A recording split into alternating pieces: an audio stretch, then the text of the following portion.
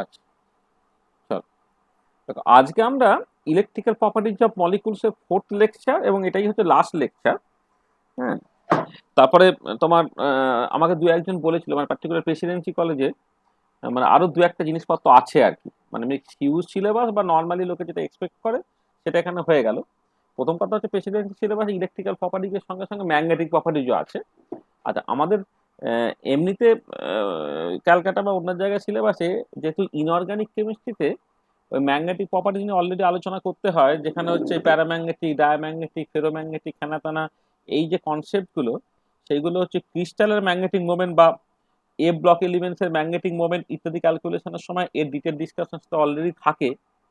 সেই জন্য ফিজিক্যাল কেমিস্ট্রিতে আমাদের সময়, আমরা যখন স্টুডেন্ট ছিলাম, তখন ইলেকট্রিক্যাল আর ম্যাগনেটিক প্রপার্টিজ অফ মলিকুলস এরকম বলেই সিলেবাসটা ছিল।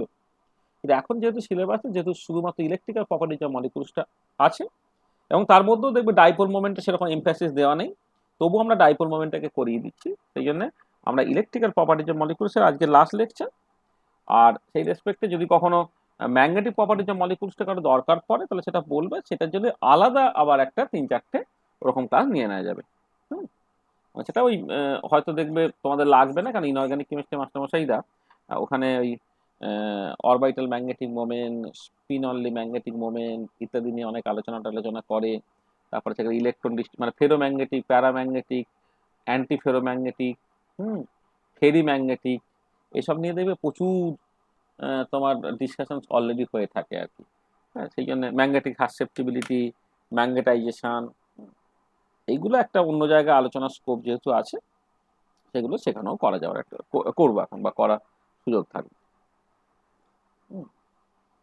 আমাদের অ্যাটমিক স্ট্রাকচারে একটা ডিটেল লেকচার দেওয়ার ইচ্ছা আছে।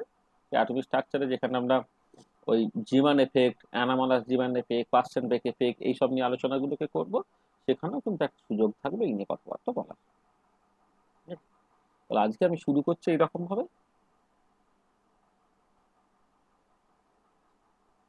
Electrical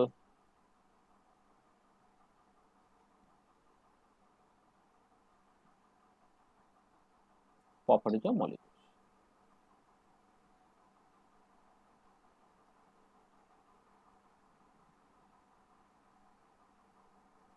lecture 4।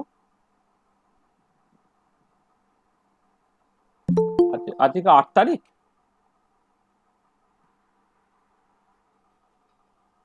হ্যাঁ স্যার, 8 তারিখ। হ্যাঁ স্যার।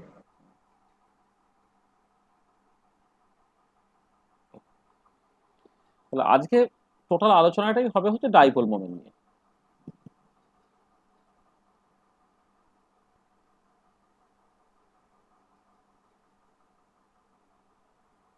ডাইপোল মোমেন্ট, আচ্ছা দেখ, আচ্ছা আমরা ইলেকট্রিক্যাল প্রপার্টিজ অফ মলিকুলস নিয়ে কথাবার্তা বলার সময়, মানে পার্টিকুলারলি সেকেন্ড ক্লাসে, মানে আমি তো প্রথম ক্লাসে তো বেসিক লজ অফ ইলেকট্রোস্ট্যাটিক সেটা নিয়ে আলোচনা করেছিলাম। সেকেন্ড ক্লাসে আমরা বেসিক্যালি ওই একটা পোলারাইজেবিলিটি ইত্যাদি বা ইনডিউস ডাইপোল মোমেন্ট এই নিয়ে কথাবার্তা বলতে গিয়ে ডাইপোল মোমেন্ট কাকে বলে সেইটা নিয়ে জাস্ট কিছু কথাবার্তা বলা হয়েছিল। আচ্ছা, আমাদের কথা ছিল এরকম, সেটা হচ্ছে এই যে আমি যদি কোনো একটা মলিকুলকে ক্লাসিক্যালি ট্রিট করি, তাকে এটা দেখবো যে একটা molecule is nothing but a collection of charge particles, এবং যারা অবশ্যই একটা সিস্টেমেটিক্যালি ডিস্ট্রিবিউটেড আছে। একটা মলিকুলের ক্ষেত্রে পজিটিভলি চার্জ নিউক্লিয়াই আছে এবং নেগেটিভলি চার্জ ইলেকট্রনস আছে, তারা একটা পার্টিকুলার ওয়েতে ডিস্ট্রিবিউটেড আছে। আর এবারে কথাটা হচ্ছে যে সেই মলিকুল থেকে কিছুটা দূরে একটা ইউনিট পজিটিভ চার্জ, যেটাকে আমি টেস্ট চার্জ বলছি, যদি রাখি, তো সেই চার্জের উপরে মলিকুলটার ওভারঅল একটা এফেক্ট থাকবে, এবং ওভারঅল এফেক্টের জন্য ওই যে টেস্ট চার্জটা সে কোনো একটা পার্টিকুলার ডিরেকশনে কোনো একটা পার্টিকুলার ফোর্স নিয়ে সে বেসিক্যালি মুভ করবে, বা তার উপরে একটা পার্টিকুলার ফোর্স কাজ করবে একটা পার্টিকুলার ডিরেকশনে। এবারে যখন আমি ডাইপোল মোমেন্ট বলছি, তখন কিন্তু মলিকুলে ওই রকম ভাবে এই মাল্টিপোল, অর্থাৎ অনেকগুলো পজিটিভ চার্জের সেন্টার, অনেকগুলো নেগেটিভ চার্জের সেন্টার হলে life will be much more complicated.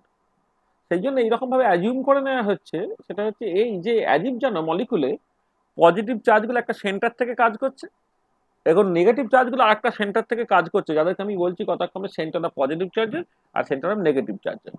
এবারে হয়তো কখনো কখনো হতে পারে যে সেন্টার অফ পজিটিভ চার্জ এবং সেন্টার অফ নেগেটিভ চার্জ একে অপরের সাথে কোয়েনসাইড করে গেল, আর কখনো কখনো দেখা যাবে যে সেন্টারটা পজিটিভ চার্জ এবং সেন্টার নেগেটিভ চার্জ তাদের মধ্যে একটা ডিসপ্লেসমেন্ট রয়ে গেছে বা তাদের মধ্যে একটা সেপারেশন বা ডিস্টেন্স রয়ে গেছে। এবারে ওই যদি এমন হয় যে সেন্টারটা পজিটিভ চার্জ এবং সেন্টার অফ নেগেটিভ চার্জকে তারা কোয়েনসাইড করে আছে, তখন মলিকুলটা নন পোলার। আর যদি সেন্টার অফ পজিটিভ চার্জ এবং সেন্টার অফ নেগেটিভ চার্জের মধ্যে একটা সেপারেশন থেকে থাকে, তখন মলিকুলটা হচ্ছে পোলার। তাহলে এই আলোচনাগুলো আমাদের আগের দিন হয়েছিল। তার মানে যেটা কথা সেটা হচ্ছে, এই ধরো তুমি একটা মলিকুল কনসিডার করছো, একটা আর আমি বাজে শেপ দেখতে একটা মলিকুল বললাম। আর এই মলিকুলে তোমার পজিটিভলি চার্জ নিউক্লিয়াস আছে, ধরে নাও এখানে আলফা নিউক্লিয়াস আছে, এখানে বিটা নিউক্লিয়াস আছে, এখানে গামা নিউক্লিয়াস আছে, ইত্যাদি ইত্যাদি। আবার ধরে নাও এর উপরে অনেক তোমার ইলেকট্রন থাকতে পারে, ধরে নাও এখানে আই গেট ইলেকট্রন আছে, এখানে জে ইলেকট্রন আছে, এখানে কে ইলেকট্রন আছে, ইত্যাদি। তার মানে যেখানে আই জে কে এরা হচ্ছে তোমার মানে আলফা বিটা গামা, এরা হচ্ছে নিউক্লিয়াই রিপ্রেজেন্ট করছে। হ্যাঁ, যারা তার মানে পজিটিভ চার্জ পার্টিকেলস রিপ্রেজেন্ট করছে। আর আই জে কে এরা ধর নেগেটিভ চার্জ পার্টিকেল বা ইলেকট্রন রিপ্রেজেন্ট করছে। আর আই জে কে এরা হচ্ছে ইলেকট্রন রিপ্রেজেন্ট করছে, মানে basically negative negative charge negative charge particles represent করছে। এবং কোন একটা ইকুইলিব্রিয়াম জিওমেট্রিতে এই নিউক্লিয়াইগুলো বা ইলেকট্রনগুলো তার একটা পার্টিকুলার ওয়েতে ডিস্ট্রিবিউটেড আছে। ইলেকট্রনটাকে তুমি যদি পার্টিকেল বলো তাহলে তার নিজস্ব একটা পজিশনে আছে বা সে মুভ করছে, আবার ক্লাউড ভাবলে তার মতো করে অন্য রকমের ডেসক্রিপশন। যাকে যেটা কথা হচ্ছে যে আলফা বিটা গামা তারা হচ্ছে নিউক্লিয়াই রিপ্রেজেন্ট করছে, আইজেকে তারা হচ্ছে তোমার ইলেকট্রন রিপ্রেজেন্ট করছে। আচ্ছা, এবারে আমি এই যে পিকচারটা, এই পিকচারটাকে আমি কি করছি, এই পিকচারটাকে আমি একটু অন্যরকম ভাবে দেখছি। অন্যরকম ভাবে দেখছি মানে হচ্ছে এটাকে আমি সিম্পলিফাই করছি এইরকম ভাবে, কি অ্যাজির জন্য এই পুরো জিনিসটা, এই যে পুরো মলিকুলটা, এই যে পুরো মলিকুলটা মনে করো অ্যাজিভ যেন একটা পজিটিভ চার্জ বা সমস্ত পজিটিভ চার্জগুলো একটা পার্টিকুলার পয়েন্টে সেন্টার হয়েছে, আর সমস্ত নেগেটিভ চার্জগুলো অন্য একটা পয়েন্টে সেন্টার হয়েছে। তার মানে ব্যাপারটা কেন এরকম হয়েছে যে এই যে পুরো মলিকুলটা, এই পুরো মলিকুলটা তুমি অ্যাজিভ যেন রিপ্লেস করছো এরকম একটা ডিমের মতো দেখতে একটা শেপ দিয়ে, যার একদিকে পজিটিভ চার্জ আছে এবং ধরে নাও এই চার্জটা একটা পরিমাণ থাকবে প্লাস কিউ চার্জ আছে, আর এইখানে ধরে নাও একটা মানে ওভারঅল মাইনাস নেগেটিভ চার্জ আছে। এবং যদি মলিকুলটা অ্যাজ এ হোল নিউট্রাল হয়, তাহলে নেট চার্জ যেহেতু জিরো হবে, তাহলে পজিটিভ চার্জের সেন্টারে যতখানি পজিটিভ চার্জ আছে, নেগেটিভ চার্জের সেন্টারে ঠিক ততটাই নেগেটিভ চার্জ আছে, ঠিক ততটাই নেগেটিভ চার্জ থাকবে। তার মানে এইটা হচ্ছে সেন্টার অফ পজিটিভ চার্জ, এটা হচ্ছে সেন্টার অফ নেগেটিভ চার্জের। এবং তাদের মধ্যে একটা সেপারেশন তোমার থাকতে পারে, তাদের মধ্যে একটা ডিস্টেন্স থাকতে পারে। ডিস্টেন্সটা তুমি যাই হোক ভাবে লিখবে আর কি, ডি বা আর বা কিছু একটা হিসেবে তুমি যা লিখতে পারো। ধরো ফর দ্য টাইম বিং তুমি এই ডিস্টেন্সটাকে ডি দিয়ে এক্সপ্রেস করছো। এটা এখন স্কেলারের মতো করে লিখছি, পরবর্তীকালে তার একটা ডিরেকশন ঠিক করবো। তো এটা দাঁড়াচ্ছে কি হচ্ছে না, আমি অ্যাজিউম দ্যাট মানে আচ্ছা প্রথমে হচ্ছে প্রথমে যেটা ভেবে নিলাম, a molecule can be assumed to be a collection of positively charged nuclei and negatively charged electrons. Collection of positively charged nuclei and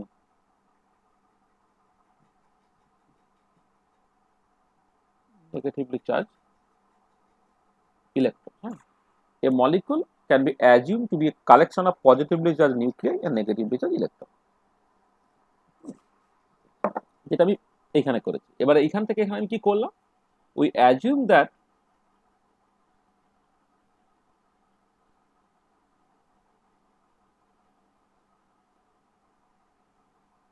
positive charges act from a center called the center of positive charges আর negative charges act from another center called the center of negative charges. তাহলে positive চার্জগুলো একটা center থেকে কাজ করছে, যাকে বলছে center of positive charges, আর নেগেটিভ চার্জগুলো আরেকটা সেন্টার থেকে কাজ করছে, তাকে বলছে সেন্টার অফ নেগেটিভ চার্জেস। তার মানে দেখো, তাহলে এখন দুটো পোল হয়ে গেল, এই একটা পোল, এই একটা পোল। তার মানে কি হচ্ছে, তবে this means, this implies A molecule can now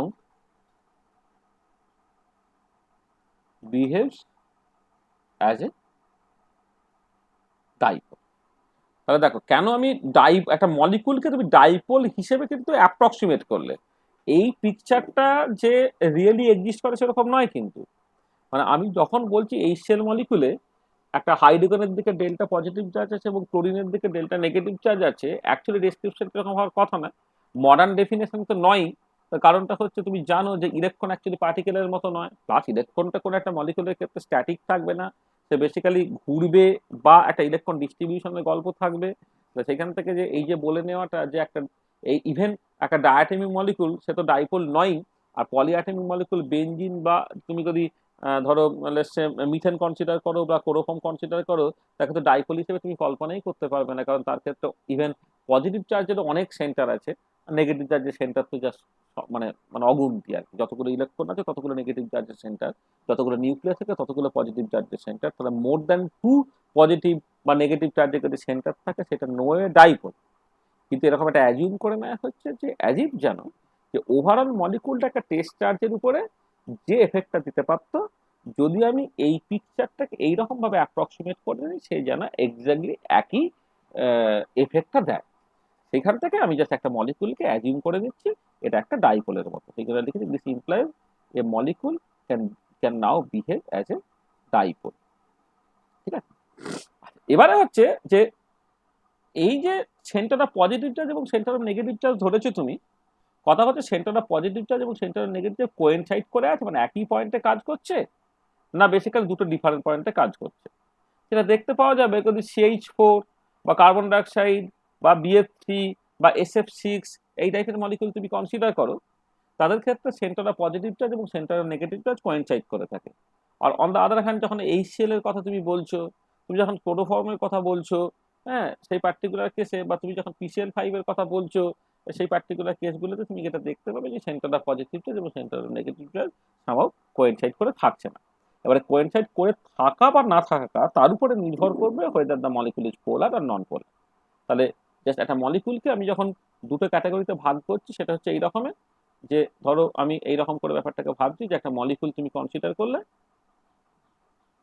molecule consider করছি, মলিকুলটাকে আমি দুটো ক্যাটাগরিতে ভাগ করছি। প্রথমটা হচ্ছে নন পোলার মলিকুল, নন পোলার, আর একটা হচ্ছে তোমার পোলার। তার নন পোলারটার প্রথমেই ডেফিনেশনটা কি হবে, যে এই পার্টিকুলার কেসে when centers of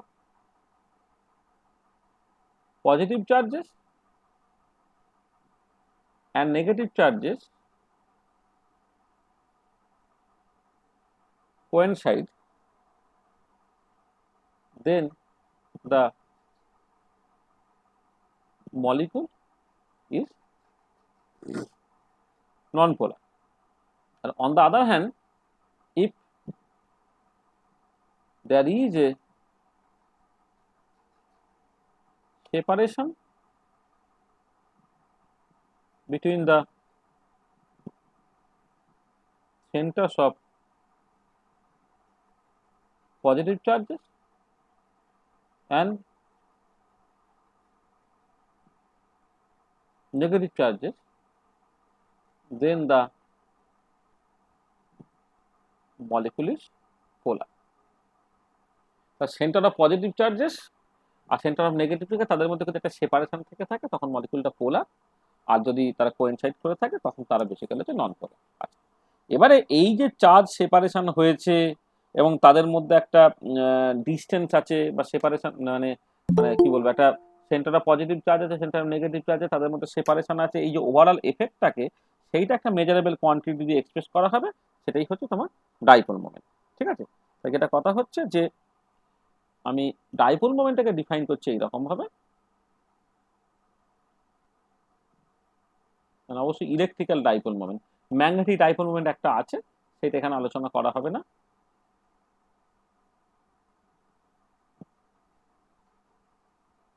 এই electrical dipole moment.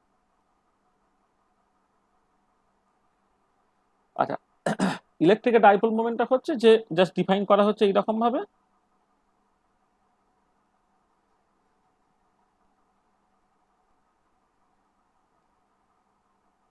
electrical dipole moment is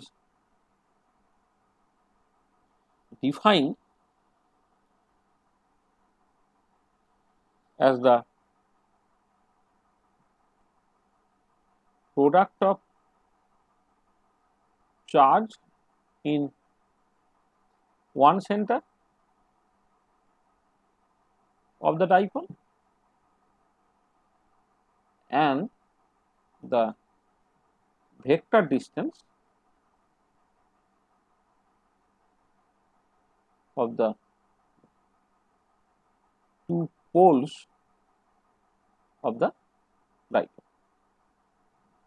কি হচ্ছে, electric dipole moment is defined as the product of charge in one center, one center মানে in either center আর কি, either positive charges center অথবা negative charges center of dipole of the dipole and the vector distance of the two dipoles, vector distance of the two poles of the dipoles, distance of two poles of the dipoles। মানে ব্যাপারটা কি রকম, ব্যাপারটা হচ্ছে তুমি যদি এইরকম করে গল্পটাকে ভাবো, তাহলে এইটা একটা ধরো ডাইপোল যদি তুমি এইরকম ভাবে কনসিডার করো, ধরো এইখানে হচ্ছে প্লাস কিউ চার্জ আছে, এইটা একটা সেন্টার, আর এইখানে ধরো একটা মাইনাস কিউ চার্জ আছে, এটা একটা সেন্টার। এদের মধ্যে ধরে নাও ভেক্টর ডিস্টেন্সটা ফর দ্য টাইম বিং ধরে নাও তোমার এই ডি, এইরকম ভাবে আমি লিখছি। তাহলে ডাইপোল মোমেন্ট বাই ডেফিনেশন হচ্ছে এটা একটা ভেক্টর কোয়ান্টিটি, এইটা হচ্ছে যে কোনো একটা চার্জ তুমি না আর তার সঙ্গে ডিস্টেন্স এই কোণটাকে তুমি করবে, এইটা হচ্ছে ডাইপোল মোমেন্টের তোমার বেসিক্যালি ডিরেকশন, ডাইপোল মোমেন্টের জাস্ট মানে ডেফিনেশন। ঠিক আছে, আর এইখানে একটা ব্যাপার আছে যে ডাইপোল মোমেন্ট কিন্তু একটা vector quantity,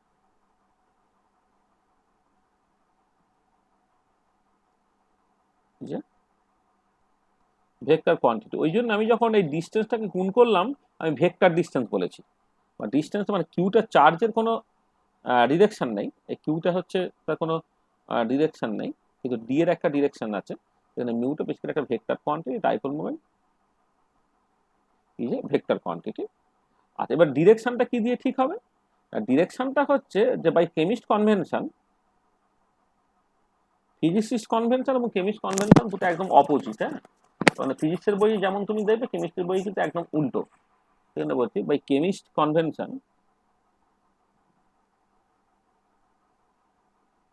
convention direction of mu, তো কেন হচ্ছে ব্যাপারটা খুব সমস্যা।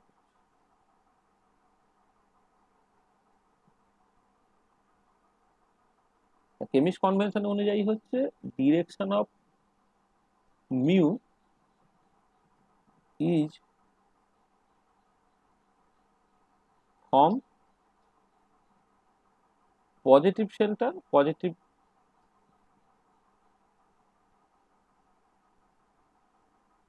Charge centre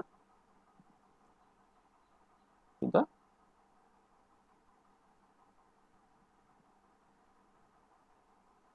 negative charge centre. তার মানে তুমি যদি এখানে ধরো তাহলে এইখানে ডাইপোল মোমেন্টের ডিরেকশনটা হতে হবে তোমার এই দিকে, আর এইখানে একটা প্লাস দিয়ে দিতে হয়, মানে এইটাকে বোঝানোর জন্য কোন দিকটা প্লাসটা আছে, তাহলে ডাইপোল মোমেন্টকে রিপ্রেজেন্ট করতে হয় এইরকম ভাবে, তাহলে অ্যারোর কোন দিকে আছে সেইটা মতো কথা ডিরেকশন বোঝানো গেল, আর লেন্থটা কতটা সেইটা দিয়ে তার জাস্ট ম্যাগনিটিউডটাকে বোঝানো হয়। তাহলে কি বলা হচ্ছে যে কেমিস্ট কনভেনশন হচ্ছে direction of dipole moment is from positive charge centre to the negative charge centre. হ্যাঁ, এটা হচ্ছে ডাইপোল মোমেন্টের তোমার ডিরেকশন। ঠিক আছে। আচ্ছা, এবারে আমি যেটা করব যে ডাইপোল মোমেন্টের যে ইউনিট গুলো আছে সেইগুলো নিয়ে জাস্ট একটুখানি কথাবার্তা বলে নেওয়া। তাহলে unit of electric dipole moment তুমি যদি দেখো,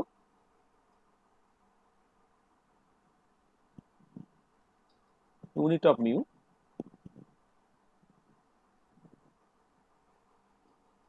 আর যেহেতু চার্জ ইন্টু ডিস্টেন্স যেহেতু, তাহলে সিজিএস ইউনিটটা হচ্ছে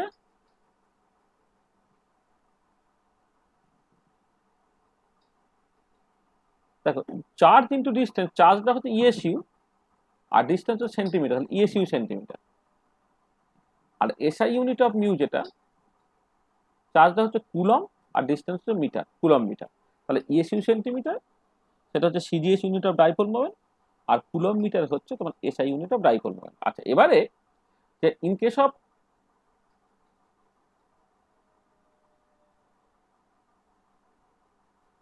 মলিকুলার ডাইপোল মোমেন্ট, যেটা নিয়ে আমি অ্যাকচুয়ালি ইন্টারেস্টেড,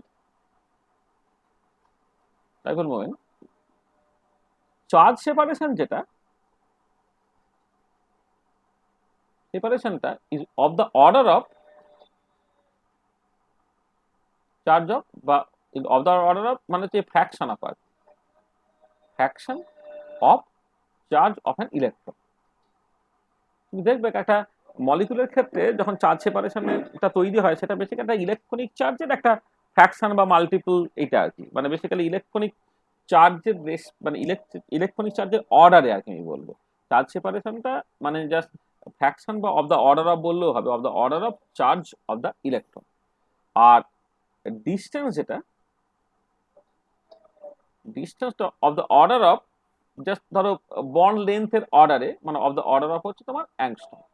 তাহলে দেখো যেটা কথা হচ্ছে charge separation of the of the মানে মানে of the order of electronic charge, মানে এটা ফ্র্যাকশনটাকে বাদ দিয়ে দেওয়া যেতে পারে। অফ দ্য অর্ডার অফ নিয়ে কথাবার্তা হচ্ছে, of the order of electronic charge. হ্যাঁ, মানে ধরো সোডিয়াম ক্লোরাইড পুরোপুরি আয়নিক কম্পাউন্ড, সেখানে হয়তো তুমি এক্সপেক্ট করতে পারো যে সোডিয়াম পুরো ইলেকট্রনটাই হয়তো ক্লোরিনকে দিয়ে দিয়েছে, করে Na+ তৈরি হয়েছে এবং Cl- তৈরি হয়েছে, তাহলে ফুল চার্জ সেপারেশনটা তৈরি হয়েছে। পরে আমি যখন HCl এর ক্ষেত্রে যাব, হাইড্রোজেন যেহেতু পুরোপুরি ক্লোরিনকে ইলেকট্রন দিয়ে দিচ্ছে না, পার্টিকুলারলি গ্যাসিয়াস থেকে, হয়তো সলিউশন থেকে দিয়ে দিতে পারে, H+ এবং Cl- তৈরি হয়, কিন্তু গ্যাস ফেজে যেহেতু দিচ্ছে না, কিন্তু ক্লোরিন ইজ মোর ইলেকট্রোনেগেটিভ, সেই জন্য কোভালেন্ট বন্ড ইলেকট্রনটাকে ক্লোরিন তার নিজের দিকে বেশি টেনে রেখে দিয়েছে, কিন্তু সেটা কোন রকম ভাবে পুরোটা না, তার একটা ফ্র্যাকশন হতে পারে আর কি, এইটা। ঠিক আছে। আর আমি কেননা এখানে ওই মানে জাস্ট সবসময় ওটা একটা ইলেকট্রনিক চার্জের থেকে কম হবে নট নেসেসারিলি, কারণ তুমি যখন ধরো এটা অনেক সময় যেটা হবে যে তুমি ওই কোভ্যালেন্ট কম্পাউন্ড কনসিডার করছো, কিন্তু কোভ্যালেন্ট কম্পাউন্ডে তুমি ধরো অ্যালুমিনিয়াম ক্লোরাইড তুমি কনসিডার করছো, অ্যালুমিনিয়াম ক্লোরাইডের ক্ষেত্রে এল, সে তো আলটিমেটলি ডিসোসিয়েট করে L3+ হয়। সেই জন্য যখন সে ডিসোসিয়েট করেনি, কোভ্যালেন্ট লিঙ্ক অবস্থাতে আছে, তখন অ্যালুমিনিয়ামের মাথায় চার্জটা ওয়ান ইলেকট্রনিক চার্জের তুলনায় এফেক্টিভলি বেশি না কম, সেটা কিন্তু তখন তুমি বলতে পারবে না। HCl এর ক্ষেত্রে সাডেনলি একটা ইলেকট্রনিক চার্জের থেকে কম, সেখানে আমি এখানে অফ দ্য অর্ডার অফ বলছি, মানে সেটা হয়তো তোমার হাফ হাফ টাইমস বা 0.1 টাইমসও হতে পারে, আবার 1 গুণের থেকে বেশিও হতে পারে। হ্যাঁ, ঠিক আছে। এইটা তো চার্জ সেপারেশনটা of the order of charge of the electron, ডিস্টেন্সটা of the order of angstrom. আচ্ছা, তাহলে মলিকুলার ডাইপোল মোমেন্টের অর্ডারটা কি হবে?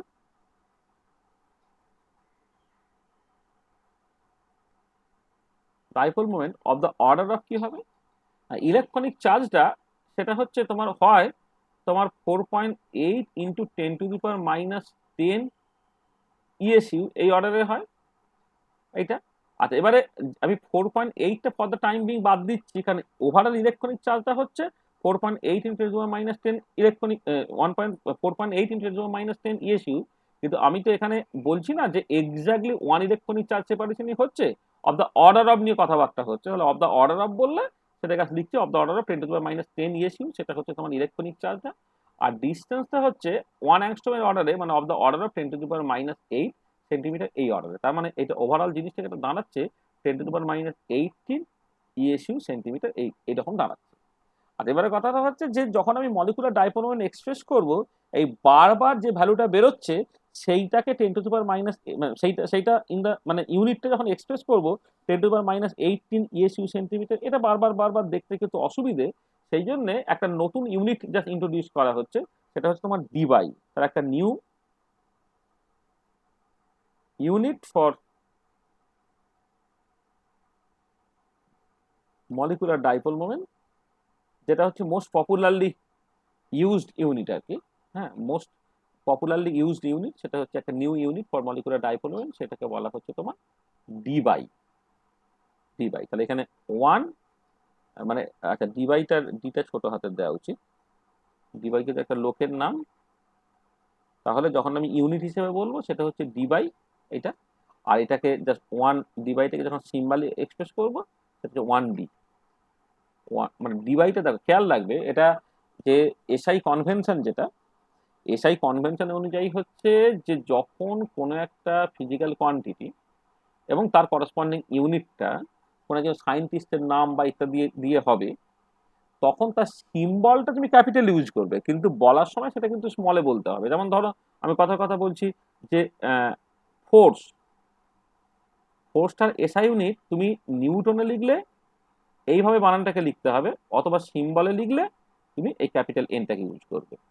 ধরো বা টেম্পারেচার, ধরো টেম্পারেচারটা সিম্বল ইউজ করলে কেলভিনটাকে কিন্তু এইরকম ভাবে লিখতে হবে, কিন্তু কিন্তু সিম্বল ইউজ করলে তোমার ক্যাপিটাল কে লিখতে হবে। কিন্তু এই কেলভিন বানান করে লিখবে কিন্তু ক্যাপিটাল কে লিখবে, তাহলে লোকটাকে বোঝানো হয়ে যাবে, তোমার ওই ফিজিক্যাল কোয়ান্টিটিটাকে বোঝানো হবে না।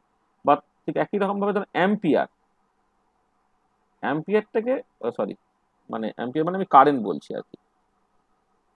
মানে কারেন্ট যখন তুমি এক্সপ্রেস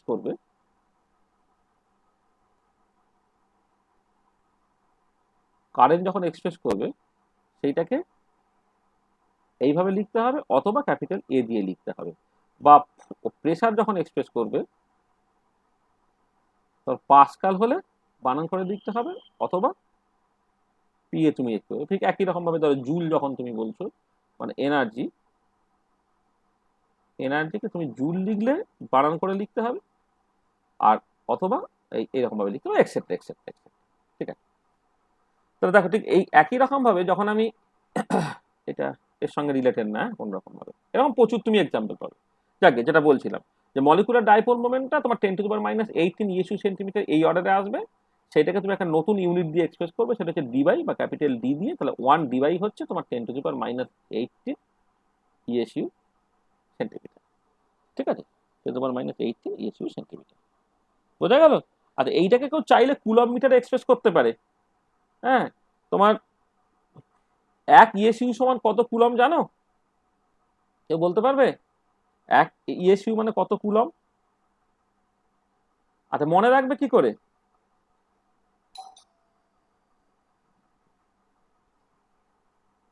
মনে রাখবে কি করে যে একটা ইলেকট্রনিক চার্জ, সেইটা তুমি যখন ইয়েসিউতে লেখো 4.8 × 10⁻10 ইয়েসিউ,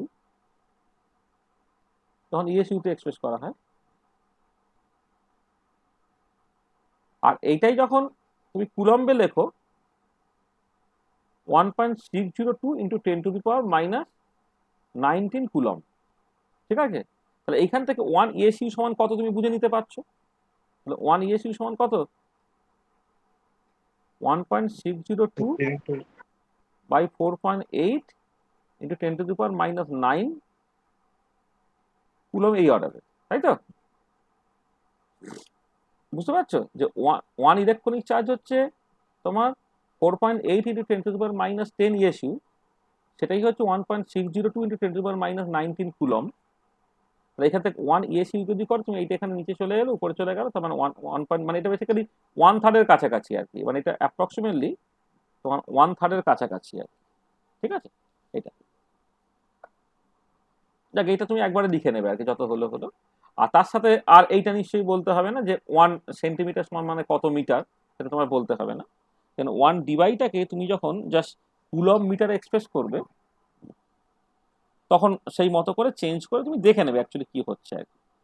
ঠিক আছে, এটা এখানে দেখে নেবে যে কি হচ্ছে, মানে 10⁻18 ইয়েসিউ ছিল তো, 10⁻18 ইয়েসিউ, তাহলে এখানে 10⁻27 হয়ে যাচ্ছে, মানে সামথিং এই যে 1.602 বাই 4.8 × 10⁻27 কুলম। আর 1 সেন্টিমিটার মানে হচ্ছে 10⁻2 মিটার। সব মিলে দেখবে আমার মনে হচ্ছে ভ্যালুটা এরকম একটা বেরোয়, 3.3356 × 10⁻30 কুলম মিটার এরকম একটা বেরোবে, একটু করে দেখতে পারো। হ্যাঁ, তাহলে যদি তুমি এটাই আছে, হ্যাঁ এটাই আছে। এটা আসছে তো, হ্যাঁ সেটাই বলছি যে 1 d সমান 10⁻8 ইএসইউ সেন্টিমিটার। এবারে তুমি কিন্তু এটাকে চাইলে কুলম মিটারে এক্সপ্রেস করতে পারো, কুলম মিটারে এক্সপ্রেস করলে সেটা দাঁড়াবে এই যে চেঞ্জটা আমি বলে দিলাম। মানে এইটা তো বলা না বলা সমান, 1 সেন্টিমিটার মানে হচ্ছে 10⁻2 মিটার, এটা তুমি তো জানোই। তাহলে 1 ইলেকট্রনিক চার্জ, সেটা মানে 4.8 × 10⁻10 ইএসইউ, এটা ইউসিউ তে বললে। আর এসআই এ বললে হচ্ছে 1.602 × 10⁻19 কুলম। সেইখান থেকে তুমি জাস্ট 1 ইএসইউ সমান কত কুলম তুমি পেয়ে যাচ্ছ, তাহলে ইএসইউ জায়গায় তত কুলম বসিয়ে দেবে। 1 সেন্টিমিটার সমান 10⁻2 মিটার তুমি বসিয়ে দেবে, বসিয়ে দিলে 1 d সমান কত তুমি পেয়ে যাবে। বোঝা গেল ইউনিট নিয়ে আর কোনো সমস্যা নেই। তাহলে ইউনিটটা তুমি ইএসইউ সেন্টিমিটারে এক্সপ্রেস করতে পারো, কুলম মিটারে এক্সপ্রেস করতে পারো, এবং আমরা মলিকুলার ডাইপোল মোমেন্ট নিয়ে যেহেতু বেসিক্যালি ইন্টারেস্টেড থাকবো, সেটাকে তুমি ইউজের ডি/ইউনিটে এক্সপ্রেস করবে। তাহলে এই হচ্ছে কিছু বেসিক কথা যেগুলো আমাদের বলা। আচ্ছা, এবারে আমি এইখান থেকে মানে যেটা মোস্ট ইম্পর্টেন্ট পয়েন্ট আর কি, মানে যেটা নিয়ে আমি বেশি এমফাসিস দেব, সেটা হচ্ছে এই যে যখন তুমি একটা মলিকুলের ডাইপোল মোমেন্ট কনসিডার করবে, মানে আমি এই যে গল্পটা এখানে দেখিয়েছি না, যে একটা মলিকুলকে জাস্ট তুমি একটা ডাইপোল হিসেবে কনসিডার করছো।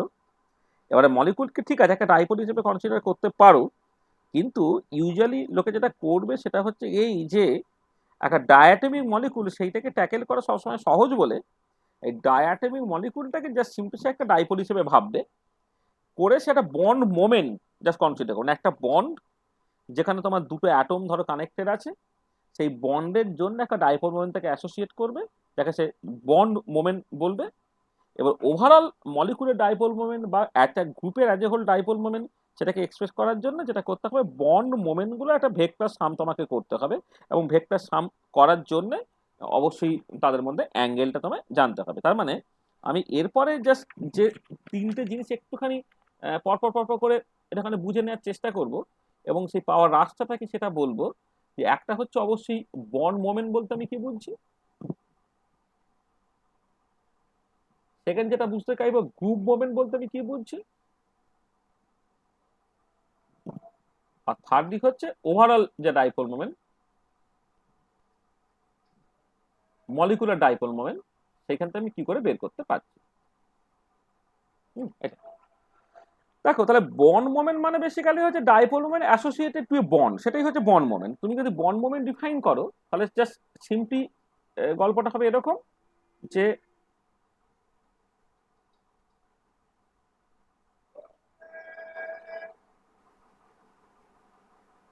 বন্ড মোমেন্টটা হচ্ছে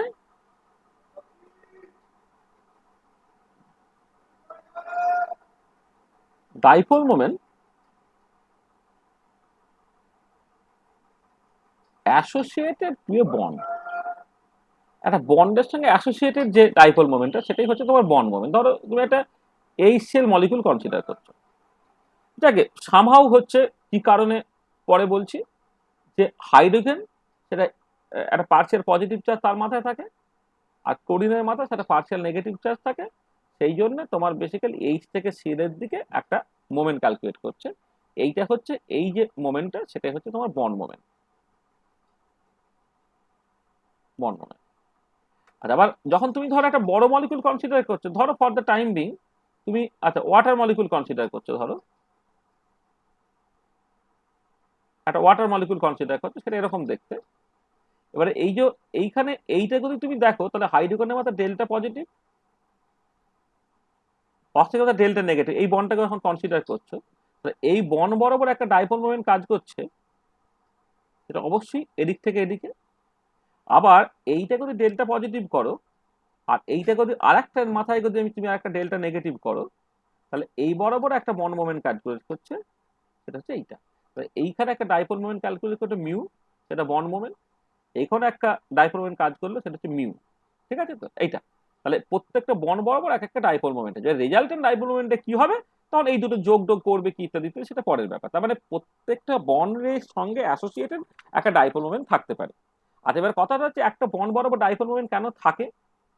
দেখো, যেটা কথা হচ্ছে যে প্রথম কথা, যে আমার যদি তুমি মডার্ন ডেফিনেশন অফ বন্ডিং দেখো, তাহলে যেটা হচ্ছে যে এই হাইড্রোজেন এবং ক্লোরিন তাদের ইলেকট্রন ক্লাউড তাদের মধ্যে একটা ওভারল্যাপ করে বা ইলেকট্রন ক্লাউড শেয়ার করেই তোমার অ্যাকচুয়ালি বন্ডিংটা তৈরি হয়েছে। এবারে পারফেক্টলি আয়নিক বন্ড যদি তুমি কনসিডার করতে, তাহলে তখন তো তোমাকে ভাবতে হবে এদের মধ্যে বেসিক্যালি কোনো বন্ডই এক্সিস্ট করে না। মানে একটা পারফেক্টলি আয়নিক বন্ড যখন তুমি বলছো, তাহলে Na প্লাস সে আলাদা আছে, সে এন মাইনাস সে আলাদা আছে, তাদের মধ্যে একটা ইলেকট্রোস্ট্যাটিক অ্যাট্রাকশন বা কুলম্বিক অ্যাট্রাকশন কাজ করছে। সেই পার্টিকুলার কেসে তোমার মানে কি বলবো, তাদের মধ্যে ডিস্টেন্স যেটা, সেই ডিস্টেন্সটা অ্যাকচুয়ালি নির্ভর করবে যে সে সলিউশন ফেজে আছে না সে গ্যাস ফেজে আছে, না কি সে ক্রিস্টালের মধ্যে আছে। তার মতো করে ডিস্টেন্সটা সেইভাবে তুমি বলতে পারবে না। কিন্তু আমি যদি কোভ্যালেন্টলি লিঙ্কড কোন একটা কম্পাউন্ড ভাবি, তাহলে পরে কোভ্যালেন্টলি লিঙ্কড বন্ড আর কি, কোন একটা কোভ্যালেন্টলি লিঙ্কড বন্ডের ক্ষেত্রে there is an electronegativity difference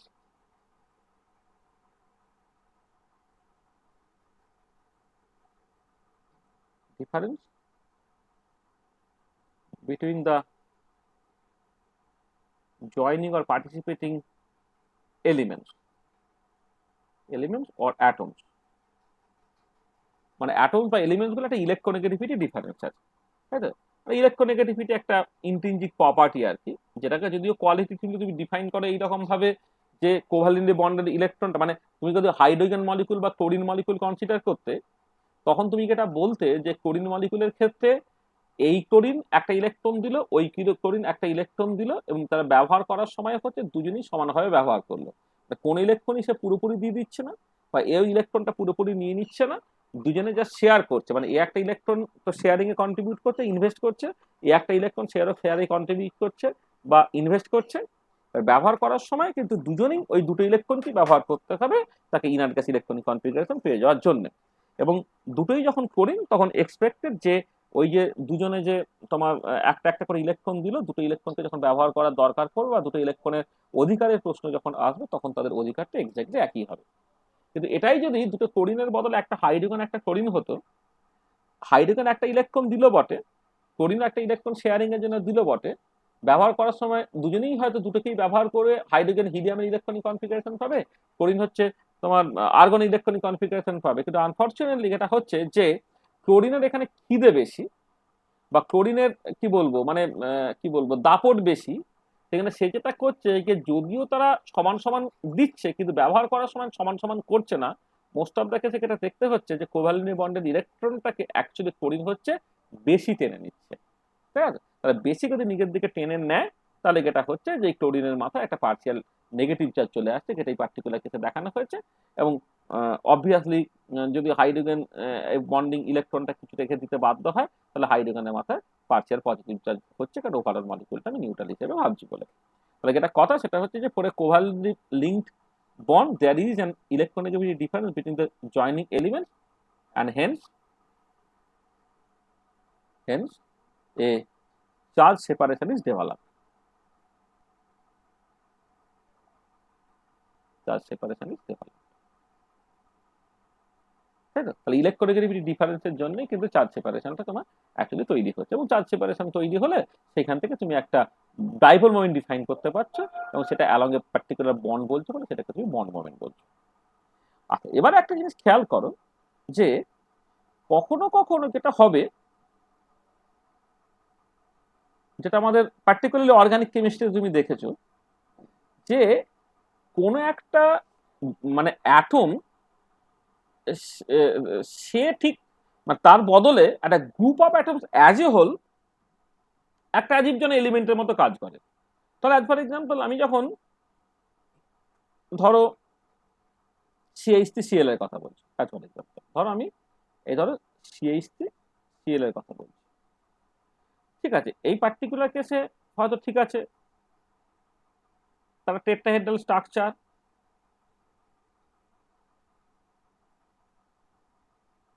করে এই হাইড্রোজেন গুলো এরকম ভাবে ডিস্ট্রিবিউটেড থাকে, কিন্তু তুমি দেখতে অভ্যস্ত কেমন করে অ্যাজিভ জানো CH3 একটা গ্রুপ আছে আর ক্লোরিন একটা গ্রুপ আছে, মানে এই CH3 এইটাকে অ্যাজ এ হোল তুমি একটা গ্রুপ হিসেবে দেখতে অভ্যস্ত, মানে সিএইচটিটাকে অ্যাজ এ হোল তুমি একটা গ্রুপ হিসেবে দেখতে অভ্যস্ত। কিন্তু এটা ইম্পর্টেন্ট পয়েন্ট, এই যে গ্রুপটা, এই গ্রুপটায় কিন্তু খেয়াল রাখতে হবে এইখানে কিন্তু তোমার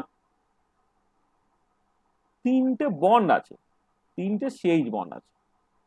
এটা তাহলে এবারে কথাটা হচ্ছে যে আমি যদি এই যে একটা গ্রুপ অফ অ্যাটমস বা যেটাকে আমি গ্রুপ বলছি তার সঙ্গে অ্যাসোসিয়েটেড অ্যাজ এ হোল একটা ডাইপোল মোমেন্ট আমি ইন্ট্রোডিউস করতে পারি কিনা, এটা হচ্ছে মোদ্দা কথা।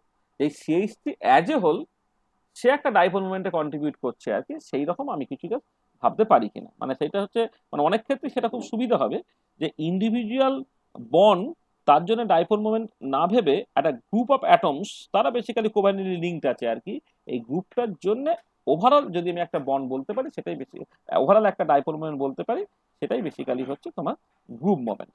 তার মানে কি দাঁড়াচ্ছে যে ডাইপোল মোমেন্ট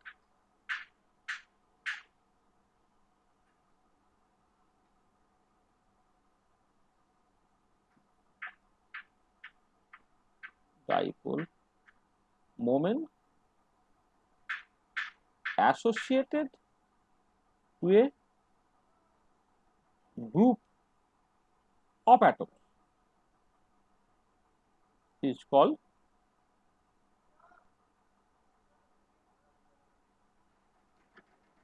group moment। আচ্ছা, ব্যাপারটা কিরকম করে তুমি ভাবলে কেন এরকম সেটা একটুখানি প্রথমে বলা যাক। যে দেখো এরকম ভাবার কারণটা কি, জাস্ট কারণটা হচ্ছে ধরো তুমি যদি আজকে এই ক্লোরোফর্ম মানে মিথেনটাকে কনসিডার করতে, এইচ এইচ এইচ, এক্সপেরিমেন্টালি দেখা যাচ্ছে যে এক্সপেরিমেন্টালি এই ডাইপোল মোমেন্ট শূন্য হয়।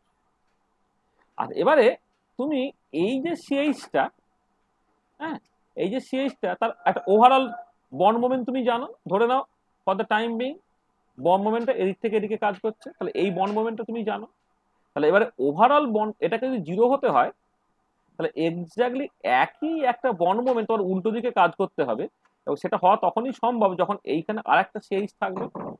তার মানে অ্যাজিভ কি হচ্ছে না, অ্যাজিভ যেন এই যে পুরো পার্টটা মানে কার্বনের সঙ্গে এই যে তিনটা হাইড্রোজেন যুক্ত হয়ে যাওয়ার জন্য ওভারঅল জিনিসটা সেইটা অ্যাজিভ যেন সিএইচ এর মতো বিহেভ করছে, মানে ব্যাপার এটা এটা বেসিক্যালি ইনপুট। এখানে দেখো এর একটা বন্ড মোমেন্ট আছে, ধরে নাও সেটা মিউ, এর একটা বন্ড মোমেন্ট আছে সেটা হচ্ছে মিউ, তারা একটা অপোজিট ডিরেকশনে কাজ করছে, সেখানে মিউ এক্সপেক্টেড যেটা this should be equal to zero, এবং সেটা এক্সপেরিমেন্টাল ভ্যালুর সাথে পুরোপুরি মিলে যাচ্ছে। তার মানে আমি আলটিমেট এখানে করলামটা কি করলাম হচ্ছে দেখো এই যে পুরো জিনিসটাকে, এইটা এইটা আর এইটাকে তুমি অ্যাজিভ যেন রিপ্লেস করলে একটা সিএইচ এটা দিয়ে। তাহলে যে এই তাহলে দেখো তাহলে যেটা কথা হচ্ছে, এবং এবং এই এদের যে একটা ওভারঅল ডাইপোল মোমেন্ট হয়তো এদিকে কাজ করতো, সেইটাকে তুমি just simply CH bond moment দিয়ে রিপ্লেস করে ফেলতে পারলে। এবং এটা করছো কি করে, অবশ্যই এই যে ইন্ডিভিজুয়াল বন্ড মোমেন্ট গুলো আছে এই ইন্ডিভিজুয়াল বন্ড মোমেন্ট এইটাতে যদি মিউ ওয়ান ধরো, এখানেও যদি মিউ ওয়ান ধরো, এখানেও যদি মিউ ওয়ান ধরো, ইন্ডিভিজুয়াল যে বন্ড মোমেন্ট গুলো সেইটার ভেক্টর সাম করে তুমি জাস্ট এই জিনিসটাকে পেয়েছো।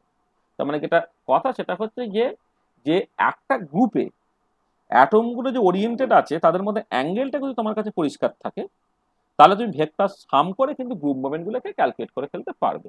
তাহলে ইফ, স্যার হ্যাঁ বলো, স্যার কার্বনের তো স্যার ইলেকট্রোনেগেটিভিটিটা স্যার হ্যাঁ হাইড্রোজেনের থেকে বেশি হয়, হ্যাঁ স্যার এটা নিয়ে সাইনটা কি আসছি, উল্টো হবে না? এটা নিয়ে আসছি।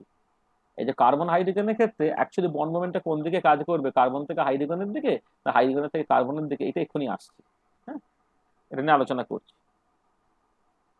তাহলে হচ্ছে কথা হচ্ছে যে যদি এমন হয় যে ইফ অ্যাঙ্গেল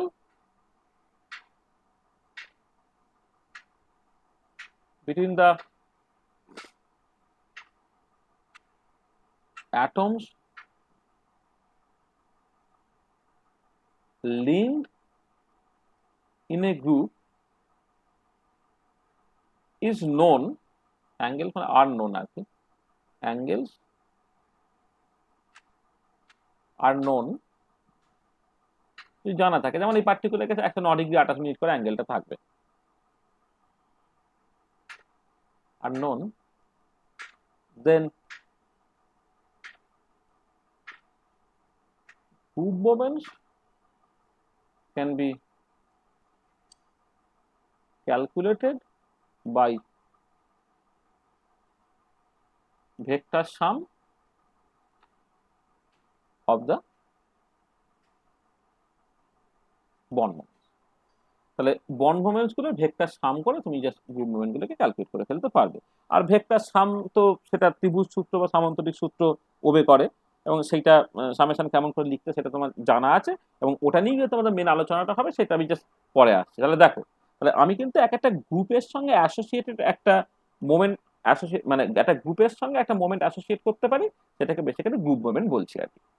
আর এই গ্রুপ মোমেন্টের কনসেপ্টটা অনেক কাজে লাগে, কারণ অনেক সময় যেটা দেখা যাবে যে যদি ধরো এই CH3 এই পুরো গ্রুপটাকে তুমি CH এর মতো করে ভেবে নিতে পারতে, এর পরবর্তীকালে যখন ধরো লেসে CH3Cl, হ্যাঁ, এর একটা তুমি ধরো, আমি জাস্ট সিম্পলি বলছি, ধরো একটু অসুবিধা আছে, পরে সেটা পরে দেখা যাবে। ধরো এইটা এই CH3Cl এর হয়তো তোমাকে ডাইপোল মোমেন্ট তোমাকে বের করতে বললো ধরে নাও,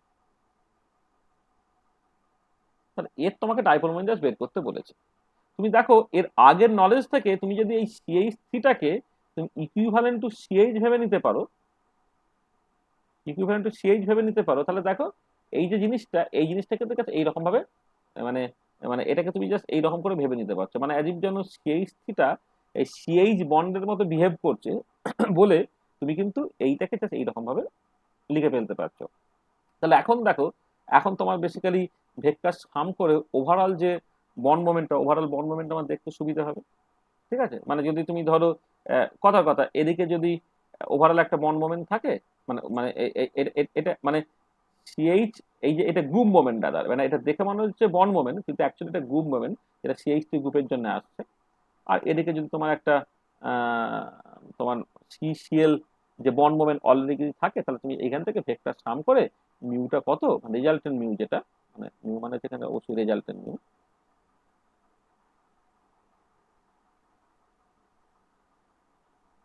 মানে এইটা এইটা যদি ধরে নাও μ1 আছে, এটা μ2 আছে, তাহলে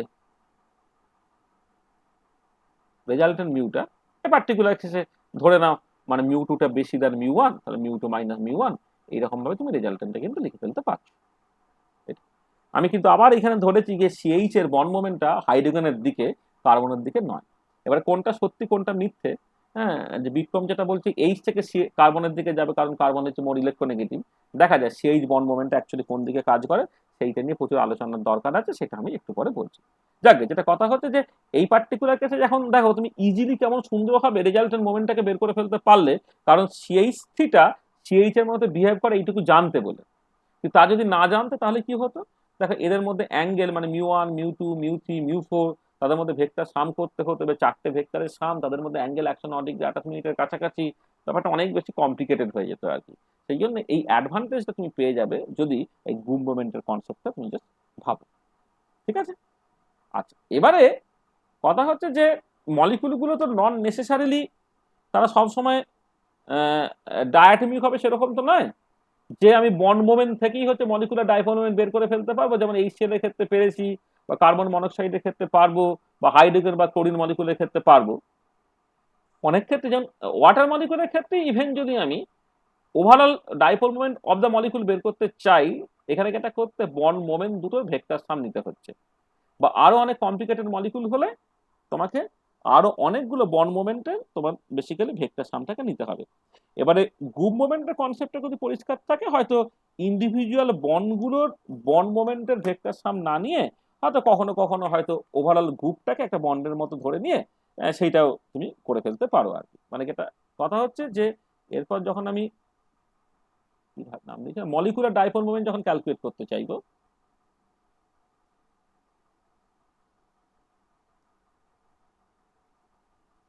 মলিকুলার ডাইপোল মোমেন্টটা হচ্ছে ওভারঅল মলিকুলের সঙ্গে অ্যাসোসিয়েটেড যে ডাইপোল মোমেন্টটা, সেটা হচ্ছে মলিকুলার ডাইপোল মোমেন্ট। তাহলে ডাইপোল মোমেন্ট বা রেজাল্টিং ডাইপোল মোমেন্ট বললে ভালো হয়, resulting dipole moment associated two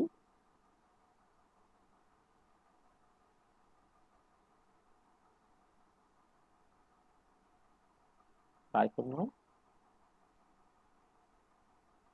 associated to a molecule. Resulting dipole moment associated to a molecule is called the molecular dipole.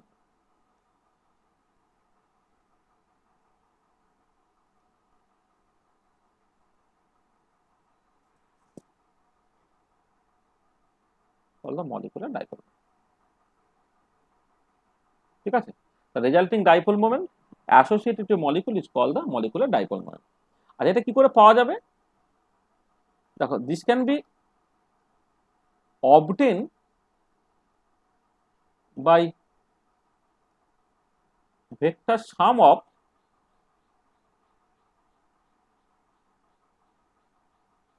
bond moments as well as group moment. মানে শুধু bond মোমেন্টেও কেউ ভাবতে পারে, আবার যদি গ্রুপ মোমেন্টের নলেজটা তোমার কাছে থাকে তাহলে তুমি গ্রুপ মোমেন্টের ভেক্টর সাম করে তুমি করে ফেলতে পারো। তাহলে this can be obtain by vector sum of bond moments as well as group moment. ধরো আমি কথার কথা বলছি যে এই পার্টিকুলার কেসে এই যে চারটে বন্ড যেটা আছে, চারটে বন্ডের বন্ড মোমেন্টের যোগফল করে মলিকুলার ডাইপোল মোমেন্ট তুমি তৈরি করে ফেলতে পারো, অথবা একটা গ্রুপ মোমেন্ট একটা বন্ড মোমেন্ট তাদের ভেক্টর সাম করে তুমি করে ফেলতে পারো। আবার ধরো তুমি সিএইচটি যদি কনসিডার করতে, ইথেন যদি কনসিডার করতে, সেখানে হচ্ছে তোমার অনেকগুলো মানে সিসি বন্ড একটা আছে, সিএইচ বন্ড হচ্ছে 6টা আছে, এই প্রত্যেকটা বন্ডের ভেক্টর সাম করেও যেমন তুমি molecular dipole moment of ethane molecule তুমি বের করতে পারো। আবার অ্যাট দ্য সেম টাইম হচ্ছে দুটো সিএইচ3 গ্রুপ তারা কম্বাইন্ড হয়ে যেহেতু সিএইচ3 তৈরি করেছে, তোমার গ্রুপ মোমেন্ট সম্বন্ধে যদি পরিষ্কার ধারণা না থাকে সেখান থেকে সিএইচ3 তার যে ওভারঅল মলিকুলার ডাইপোল মোমেন্ট কত হবে সেটা তুমি বলতে পারবে, তাই তো? বোঝা গেল? আচ্ছা, এবারে যখন ভেক্টর সামটা তুমি করছো,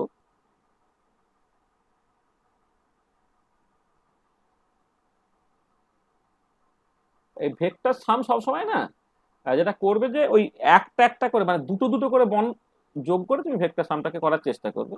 এবং ভেক্টর সামের যে নর্মাল যে ফর্মুলা আছে সেটা ট্রায়াঙ্গুলার ল হতে পারে, অথবা তোমার এ ল রেক্টাঙ্গুলার কি বলে এটাকে সামান্তরিক সূত্রটা থাকতে পারে আর কি, ল প্যারালেলোগ্রাম থাকতে পারে আর কি। মানে ব্যাপারটা হচ্ছে এরকম যে ধরে নাও, মানে যেটা কাজে করানোর সময় যেটা করতে হয় আর কি, ধরে নাও তোমার দুটো ভেক্টর, একটা এ ভেক্টর একটা বি ভেক্টর, মানে এখানে A vector B vector basically হচ্ছে আমার ডাইপোল মোমেন্ট আর দুটো ভেক্টর, তারা হচ্ছে তোমার একে অপরের মানে একে অপরের সঙ্গে একটা অ্যাঙ্গেল করে আছে, সেই অ্যাঙ্গেলটা ফর দ্য টাইম বিং ধরে নাও তোমার থিটা। আর এবারে রেজাল্টেন্ট ডাইপোল মোমেন্টটাকে ক্যালকুলেট করতে গেলে তোমাকে কি করতে হবে না, এই দুটো দিয়ে তোমাকে একটা সামান্তরিক কমপ্লিট করতে হবে, এটা এটা কমপ্লিট করতে হবে। করে যেটা হবে যে এই যে সকল ডায়াগোনাল যেটা তৈরি হলো, ডায়াগোনালটা সেই ডায়াগোনাল লেন্থটা হবে তোমার রেজাল্টেন্টটা। মানে এটা যদি ডায়াগোনালটা যদি আর যদি তুমি বলো তাহলে আরটা হচ্ছে রেজাল্টেন্ট ভেক্টরটা, এবং সেইটা বেসিক্যালি এ অ্যাক্সিসের সঙ্গে একটা অ্যাঙ্গেল করছে ফাই। আচ্ছা, এবারে এই আরটা তার একটা ম্যাগনিটিউড হয় আর তার একটা ডিরেকশন হয়। ডিরেকশনটা অবভিয়াসলি হচ্ছে তুমি যখন মানে মানে যাক অনেক রকম ভাবে ক্যালকুলেট করা যায়, মানে তুমি ট্যান ইনভার্স দিয়ে তুমি আলটিমেটলি ক্যালকুলেট করে ফেলতে পারো আর কি, এই যে ফাইটা, মানে এটা মানে কি বলবো, মানে যাক এটা একটা রাইট অ্যাঙ্গেল টাইম, মানে যাক অনেক রকম করে ফাইটাকে বের করার রাস্তা আছে, এটা এর নিজে বলছে মানে ফাইটা একটা রাস্তা। তো অবভিয়াসলি দেখো আর এর যে কস ফাই সেটা তোমার এ হচ্ছে, এই যে আর যে লেন্থটা ধরো মানে রেজাল্টিং যে ভেক্টরটা তার করসপন্ডিং যে projection on the A axis সেটা বেসিক্যালি তো কস ফাই দিয়ে যদি তুমি এক্সপ্রেস করো, মানে কস ফাই আর কস ফাই আর কি, আর এর ম্যাগনিটিউড ইন্টু কস ফাই, সেটা কিন্তু তোমার এর ম্যাগনিটিউড হচ্ছে। তো সেইখান থেকে তুমি চাইলে ফাইটাকে বের করে নিতে পারো এইরকম ভাবে। আমি ধরো অনেক ফর্মুলা তোমরা শিখেছো, আমি এইখান থেকে যেটা পরিষ্কার দেখতে পাচ্ছি এই যদি অ্যাঙ্গেলটাকে ক্যালকুলেট করতে হয় তাহলে আর এর প্রজেকশন, এটা ভুল হলো, এক সেকেন্ড হচ্ছে না, এটাকে বের করতে হবে। এক সেকেন্ড, এইভাবে এইভাবে করলে তোমার অসুবিধা হয়ে যাবে। এখন তো পারপেন্ডিকুলার নয়।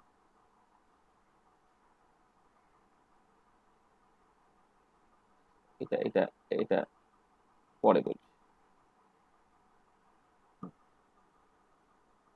আচ্ছা দেখো,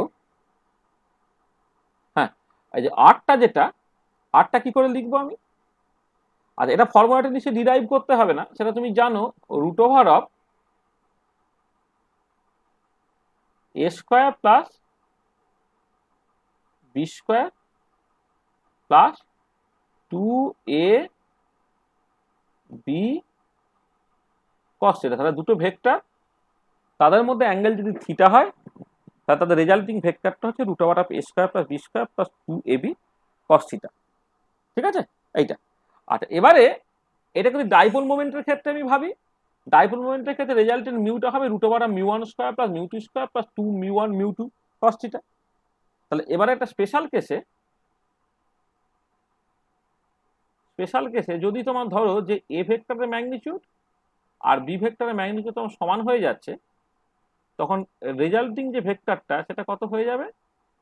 দেখো এখানে এখানে তোমার এ স্কোয়ার প্লাস এ স্কোয়ার, এখানে 2a স্কোয়ার cos থিটা হয়ে গেল। তার মানে 2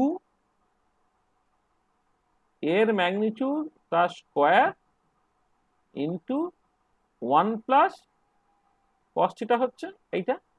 আর এখানে তুমি এ স্কোয়ারটাকে বাইরে বের করে নিতে পারো। এক সেকেন্ড, আরেকটুখানি লিখছি, না এটাকে এটাকে তুমি বাইরে বের করে নাও।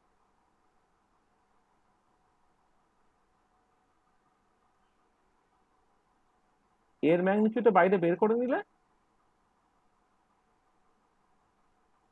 Root over of 2 into 1 plus cos theta. এটা হচ্ছে রেজাল্টিং ভেক্টরটা স্পেশাল কেসে যখন a ইকুয়াল টু বি। এই হচ্ছে গল্পটা। ঠিক আছে। আচ্ছা, এবারে তুমি এই যে গল্পটা, এই গল্পটা তুমি কাজে লাগাও।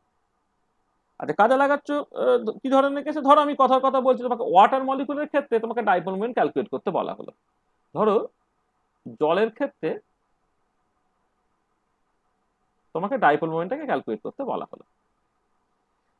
জলের ক্ষেত্রে এই যে অ্যাঙ্গেলটা, এই অ্যাঙ্গেলটা ফর দ্য টাইমিং ধরে নাও থিটা, যেখানে থিটাটা কত হয়, 104 ডিগ্রির মতো হয়, তাই তো? এটা 4 ডিগ্রির কাছাকাছি হয়। তাহলে এবারে এই যে ওএইচ বন্ড, তার একটা বন্ড মোমেন্ট কাজ করছে। ধরে না এই বন্ড মোমেন্টটা এইখানে লিখলে এইরকম ভাবে কাজ করছে, তুমি লিখতে পারো, বা এইখানে লিখলে হচ্ছে এইরকম ভাবে কাজ করছে, তুমি লিখতে পারো। কিন্তু যখন এই সামন্তরিক সূত্র বা ত্রিভুজ সূত্র দুটোকে তুমি ইউজ করবে, তোমাকে ধরে নিতে হবে যে তারা একটা পয়েন্টে কাজ করছে, একটা পয়েন্ট থেকে কাজ করছে। তো একটা পয়েন্ট থেকে কাজ করছে সেটাকে দেখানোর জন্য তুমি কি করতে পারো? দেখো, সবসময় যে কোনো ভেক্টরের যদি তুমি লেন্থ এবং ডিরেকশনটাকে ইন্ট্যাক্ট রেখে দাও, সেটা যে পয়েন্ট থেকেই কাজ করানো না কেন, তার এফেক্টটা এক্স্যাক্টলি একই হয়।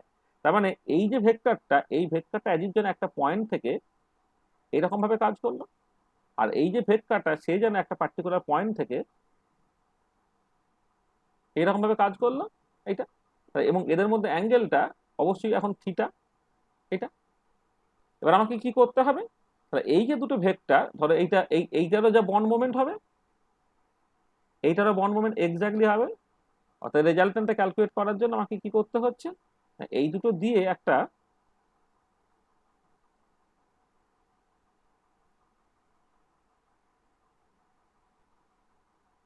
হ্যাঁ, এই দুটো দিয়ে একটা রেজাল্টেন্ট তোমাকে টানতে হলো, এইটা। এইটা হচ্ছে আমার রেজাল্টিং ভেক্টরটা মিউ। তাহলে মানে রেজাল্টিং ভেক্টরটা ম্যাগনিটিউডটা, রেজাল্টেন্ট ভেক্টর তার যে ম্যাগনিটিউডটা আর কি। আচ্ছা, অনেক সময় না ম্যাগনিটিউডটা ওই ভেক্টর দিয়ে মড দিয়েও লিখতে পারো, অথবা অনেক সময় কি হয়, ওই ভেক্টর সাইনটা না দিলেও হচ্ছে, তোমার জাস্ট বেসিক্যালি ম্যাগনিটিউড বোঝানো হয়ে যায়। এটা এইরকম ভাবে লিখতে পারো, অথবা হচ্ছে জাস্ট ভেক্টর সাইনটাই দিলে না, তাহলে কিন্তু ম্যাগনিটিউড বোঝানো হয়ে যায় এটা। তাহলে এখানে কি হবে, যদি সেম ভেক্টর, তাহলে mu into root over of 2 into 1 plus cos theta, মানে 104 ডিগ্রির কাছাকাছি এখানে এইটা। সেখানে ক্যালকুলেট করো, ক্যালকুলেট করে যদি আমার ওএইচ বন্ড মোমেন্ট আমার জানা থাকে, তাহলে সেইখান থেকে রেজাল্টেন্ট ডাইপোল মোমেন্টটা কত আমি ক্যালকুলেট করে ফেলতে পারবো। ঠিক আছে। তাহলে এই হচ্ছে নর্মাল রাস্তাটা, যে যদি তোমাকে কখনো মানে বন্ড মোমেন্ট থেকে মলিকুলার ডাইপোল মোমেন্ট ক্যালকুলেট করতে হয়, বা গ্রুপ মোমেন্ট থেকে যদি মলিকুলার ডাইপোল মোমেন্ট ক্যালকুলেট করতে হয়, তখন কিন্তু তোমাকে এইরকম ভাবে ভেক্টর সাম নিয়ে পুরো জিনিসটাকে করতে হবে আর কি। ঠিক আছে, বোঝা গেল? হ্যাঁ, আচ্ছা। তাহলে দেখো এখন পর্যন্ত যা হয়েছে তাতে কারো কোনো অসুবিধা আছে কিনা দেখ।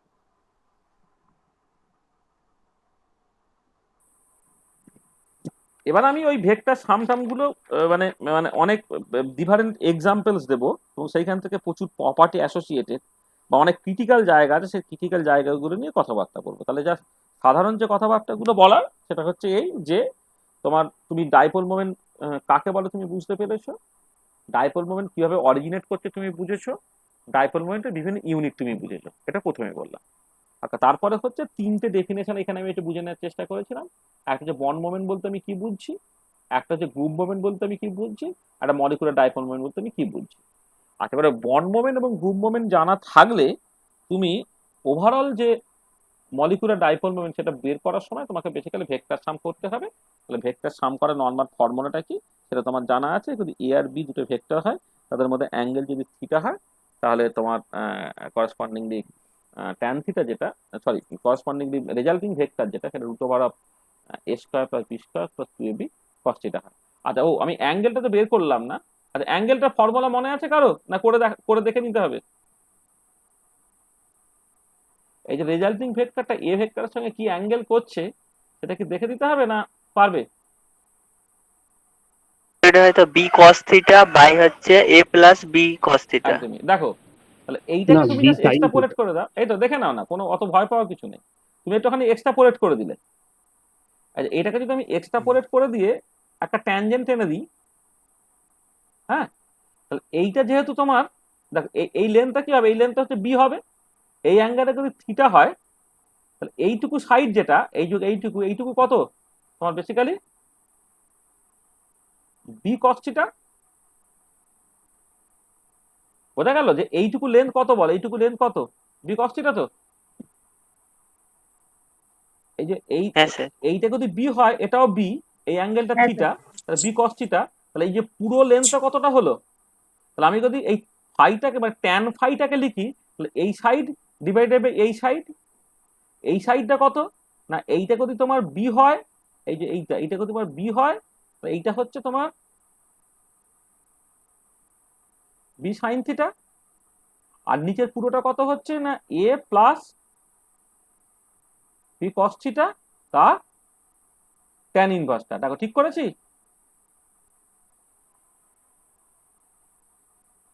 কি রে, কি ঠিক করেছি তো? হ্যাঁ স্যার। হুম। তো ট্যান ফাইটা হচ্ছে tan inverse B sine theta by A plus B cos theta. মানে কখনো কখনো যদি তোমার জাস্ট অ্যাকচুয়ালি রেজাল্টিং ভেক্টরের ডিরেকশনটা অ্যালং দ্য অ্যাক্সিস কতটা হবে সেই অ্যাঙ্গেলটা তুমি জানতে চাও, তাহলে এই ফর্মুলা থেকে তুমি কিন্তু সেটাকে বের করে ফেলতে পারছো। আচ্ছা, এইটা দেখো আমি এই পার্টিকুলার কেসে আমি যেটা করলাম সেটা হচ্ছে তোমার সকল কি বলবো মানে তোমার বন্ড মোমেন্টগুলোকে যোগ করে, এই যে এক্সাম্পলে জলের ক্ষেত্রে যখন তুমি ওভারঅল মলিকুলার ডাইপোল মোমেন্টটাকে ক্যালকুলেট করছো, সেই পার্টিকুলার কেসে আমি যেটা করেছি যে বন্ড মোমেন্ট সেই দুটোকে যোগ করে আমি ওভারঅল ডাইপোল মোমেন্টটা পেয়ে গেছি, সেটা কত হবে এই ক্যালকুলেশন করে নিতে পারবে। আচ্ছা, কখনো কখনো কিন্তু গ্রুপ মোমেন্ট থেকেও জিনিসটাকে করা যেতে পারে। ধরো আমি অ্যাজ ফর এক্সাম্পল বলছি, তুমি সিএইচসি ওএইচ, এই যে মলিকুলটা, এই মলিকুলটা এমনিতে দেখতে কেমন, ধরো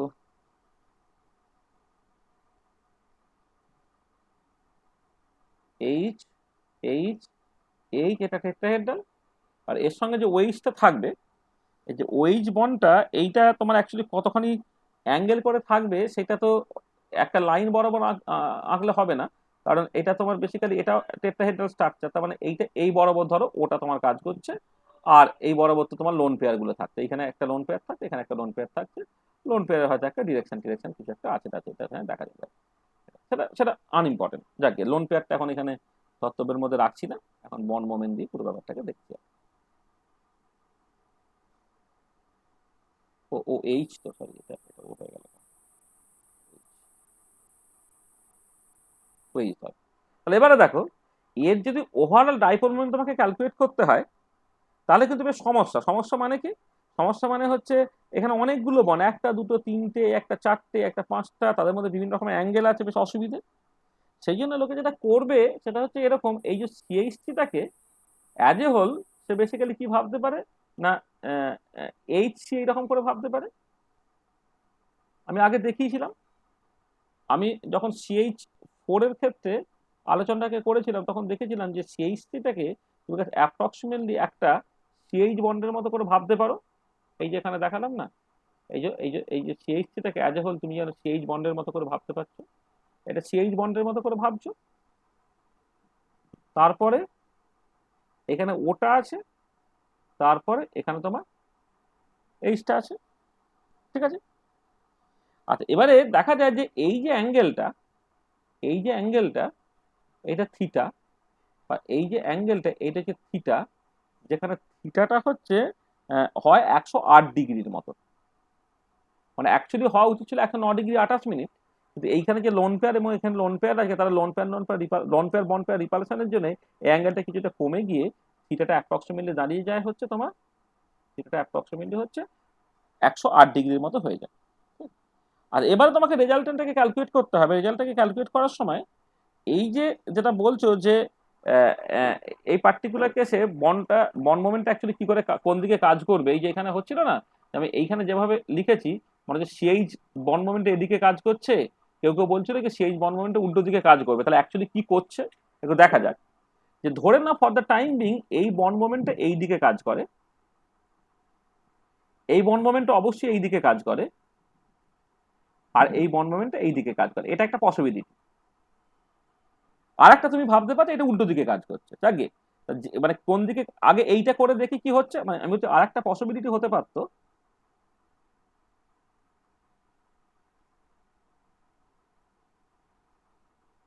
এই বন্ড মোমেন্ট এই দিকে যেমন কাজ করছে করছে, এই বন্ড মোমেন্ট এই দিকে কাজ করছে, এই বন্ড মোমেন্ট এই দিকে কাজ করছে, তাহলে অ্যানাদার পসিবিলিটি।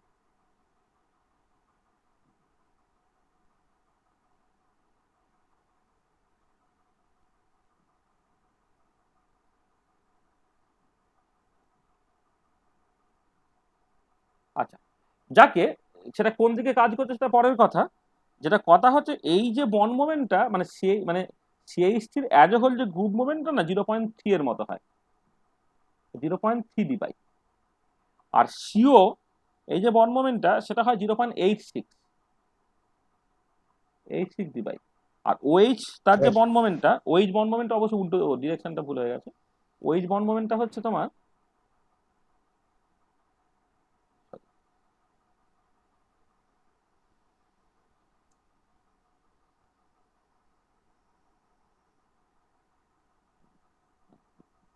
ওএইচ বন্ড মোমেন্টটা অবশ্যই এদিক থেকে এদিকে কাজ করবে, অবশ্যই এদিক থেকে এদিকে কাজ করবে।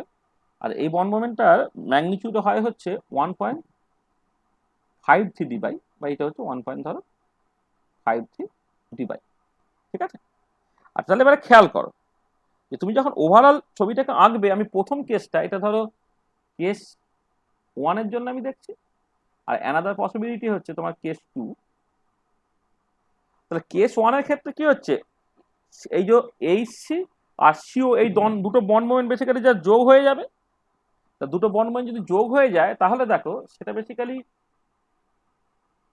কেস ওয়ান যখন ক্যালকুলেট করলো দুটো বন্ড মোমেন্ট যোগ হয়ে গেল, যোগ হয়ে গিয়ে 0.86 আর 0.3 মিলে হচ্ছে 8×3=11, 1.16, 1.16 ডিবাই। এই দুটো বন্ড মোমেন্ট তো বেসিক্যালি যোগ হয়ে যাবে, একই ডিরেকশনে কাজ করছে বলে 0.3 আর 0.86, তার মানে হচ্ছে তোমার বেসিক্যালি 1.16 এইটা। আর এইটা তোমার কাজ করছে তখন, যদি একই পয়েন্ট থেকে কাজ করাও, এটা কাজ করছে 1.53 ডিবাই বললাম এইটা, হ্যাঁ এইটা। এবং এদের মধ্যে যে অ্যাঙ্গেলটা কাজ করলো সেটা হচ্ছে 108 ডিগ্রি। এই দুটোকে মাথায় রেখে তুমি একটা রেজাল্টেন্ট ভেক্টরটাকে ক্যালকুলেট করো।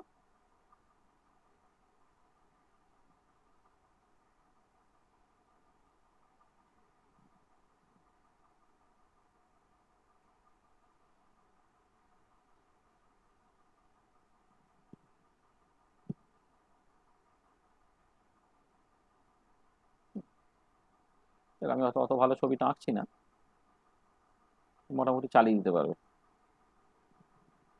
তো রেজাল্টেন্টটা তোমার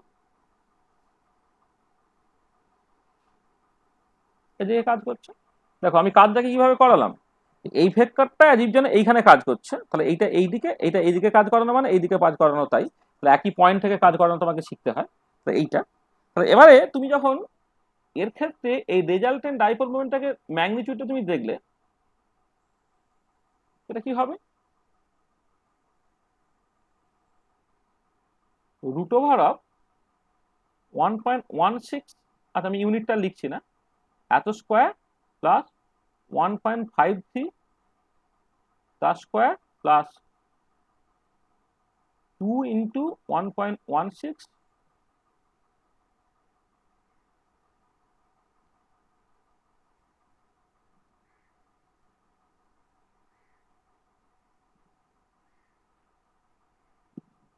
1.16 into 1.53 into cos of 108 degree. আচ্ছা ক্যালকুলেশনটা করতে পারবে, ক্যালকুলেশনটা করে কত বেরোচ্ছে দেখো তো।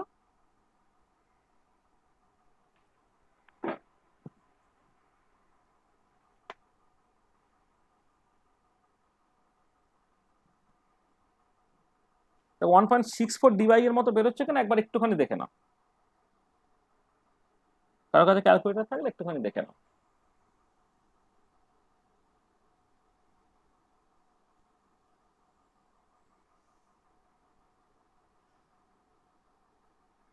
হচ্ছে,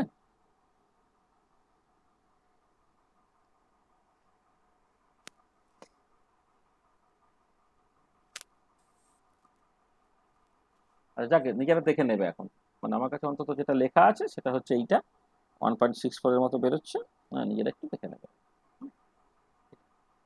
এত ডিবাই হচ্ছে অ্যান্সার বেরোবে, এটা ক্যালকুলেশনটাকে করলে 1.64 ডিবাই এর মতো আসবে। 1.60 কত 1.6092 1.6092 মানে 61 এর মতো হচ্ছে বলছো, হুম হতে পারে, ঠিক করে করেছে তো, হ্যাঁ ঠিক আছে 1.61 এর মতো হচ্ছে, ভালো। আচ্ছা এবারে দেখো যদি কেস টুটায় হতো, কেস টুটায় এই বন্ড মোমেন্টে যদি 0.3 হয়, এটাকে 0.86 তাহলে ক্যান্সেল আউট হয়ে যাচ্ছে, ক্যান্সেল হয়ে পড়ে থাকছে কত 0.56। তাহলে পরের যে সিচুয়েশনটায়, পরের সিচুয়েশনটা একই রকমের পিকচার,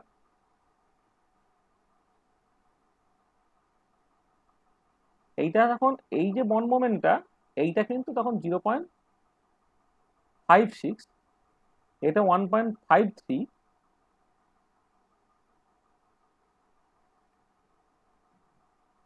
করে এই যে রেজাল্টেন্টটা আসছে, রেজাল্টেন্টটা এই পার্টটা, এটা হচ্ছে রেজাল্টেন্টটা, তাহলে মিউ প্রাইম ধরো, মানে এখানে এখন যখন রেজাল্টেন্টটা তুমি ক্যালকুলেট করবে কেস টুতে, এটা কি হবে একই রকমের গল্প, কিন্তু 1.16টা 0.56 দিয়ে রিপ্লেস হয়ে যাবে, 0.56 তার স্কোয়ার প্লাস 1.53 তার square plus 2 into 0.56 into 1.53 cos 108 degree, এইটা এত ডিবাই, ঠিক আছে। তাহলে এটা করে দেখো তো কত বেরোচ্ছে, 1.457 স্যার। 1.457 এরকম ডিবাইয়ের মতো দাঁড়ায়। আর এবারে কোনটা সত্যি সেটাকে দেখার জন্য তোমাকে কি করতে হবে, এক্সপেরিমেন্টাল ভ্যালুটাকে দেখি, মিউ এক্সপেরিমেন্টাল কত না, এটা 1.67 ডিবাই হচ্ছে মিউ এক্সপেরিমেন্টাল।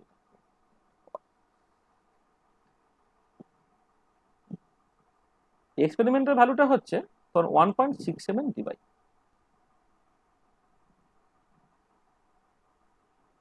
ঠিক আছে।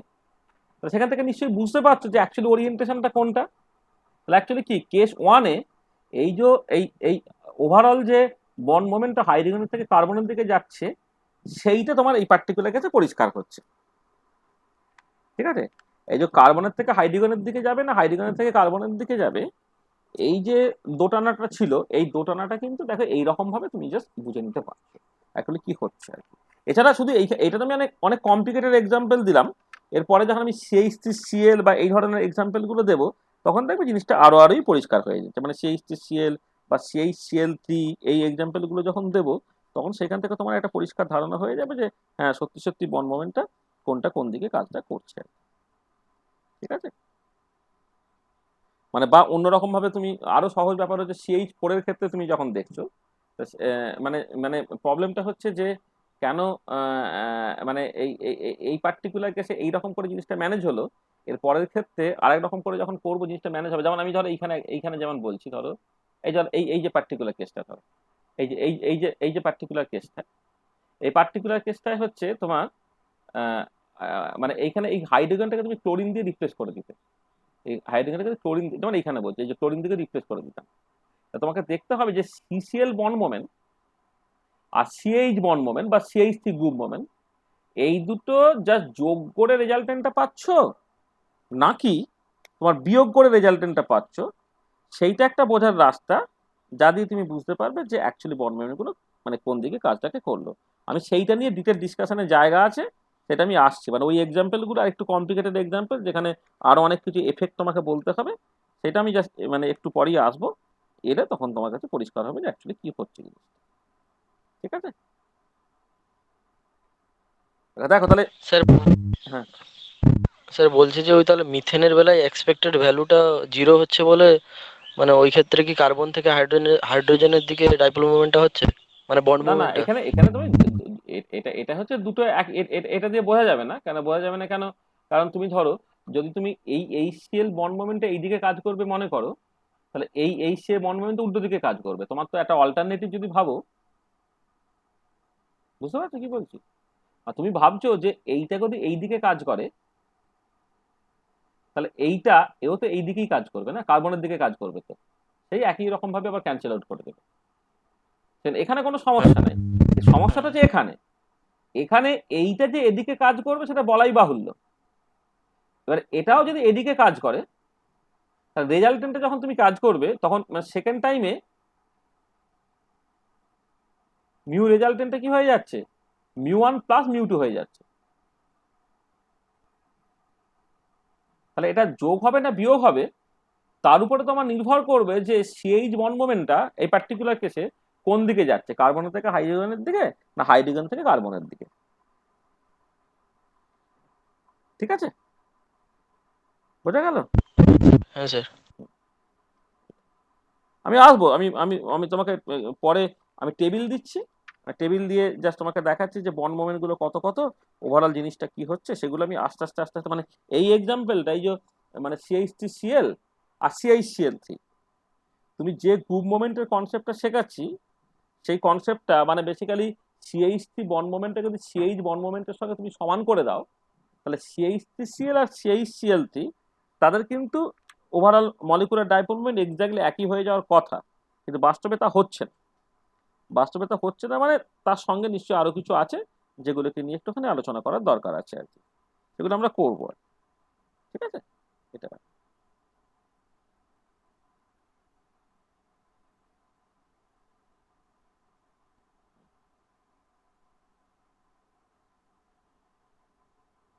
স্যার CH3OH এর এক্সপেরিমেন্টাল ভ্যালুটা কত বললেন? কার CH3OH ওই যে এক্সপেরিমেন্টাল ভ্যালুটা 1.67 ডিভাইড। ঠিক আছে। আচ্ছা যাকে তাহলে আমি দেখো এখন পর্যন্ত আমি জাস্ট বেসিক কিছু কথাবার্তা বলেছি, এবারে সেই আমি প্রচুর এক্সাম্পল দেবো, মানে আমি বলছি না এখানে এক্সাম্পলের উপরই পুরো জিনিসটা দাঁড়িয়ে থাকবে, আমি অনেক এক্সাম্পল দেবো। হ্যাঁ সেই অনেক এক্সাম্পলে আসছি আস্তে আস্তে আস্তে, এবারে সব আস্তে আস্তে আমি মানে একটা একটা বিভিন্ন কেসে ঢোকাতে চাইছি। আচ্ছা প্রথমে একটা পার্টিকুলার কনসেপ্ট একটু ইন্ট্রোডিউস করে দিতে চাইছি যেটা দেখবে তোমাদের প্রচুর পড়তে হয়, যে ডাইপোল মোমেন্টের সঙ্গে তোমার ওই ionic character of A bond তার অ্যাকচুয়ালি সম্পর্কটা কি, মানে পার্সেন্টেজ বা আয়নিক ক্যারেক্টার তার সাথে ডাইপোল মোমেন্টের সম্পর্ক এইটা একটুখানি প্রথমে দেখে নিতে হবে। তাহলে আমরা নেক্সট যে জিনিস এরকম আরো সব এক্সাম্পল আছে, মানে জাস্ট আমি তোমাকে একটা হোমওয়ার্ক দিচ্ছি, মানে হোমওয়ার্ক মানে এটা আমি পরে বলে দেবো, এই জায়গাটা ফাঁকা আছে বলে একটা হোমওয়ার্ক হিসেবে আমি just দিয়ে রাখি এখানে। এটা কথা হচ্ছে যে তুমি যখন CH3Cl ভাবছো, এইটাকে যদি কেউ এইরকম করে ভাবে যে CH3 মানে CH এর মতো আর Cl এরকম, আর তার বদলে যদি CH-Cl3 ভাবো, তা CCl3টা হচ্ছে তোমার এইরকম, আর এখানে হচ্ছে তোমার এইচটা আছে। তাহলে দেখো এই CCl এই CCl এই দুটো কিন্তু এফেক্টিভলি একই। তার মানে যেটা কথা, যে যেভাবে এই CH মানে এই প্রথম ক্ষেত্রে হচ্ছে CH থেকে CH এর মতো করে ভাবা, পরের ক্ষেত্রে ঠিক একই লজিক, যেহেতু ক্লোরোফর্মের ওভারঅল ডাইপোল মোমেন্ট শূন্য, তার মানে CCl বন্ড মোমেন্ট যেদিকে কাজ করে CCl3 বন্ড মোমেন্ট এক্স্যাক্টলি একই এবং অপোজিট ডিরেকশনে কাজ করে। তা CCl3টাকে তুমি CCl বন্ড এইরকম করে ভাবো, তাহলে both the compound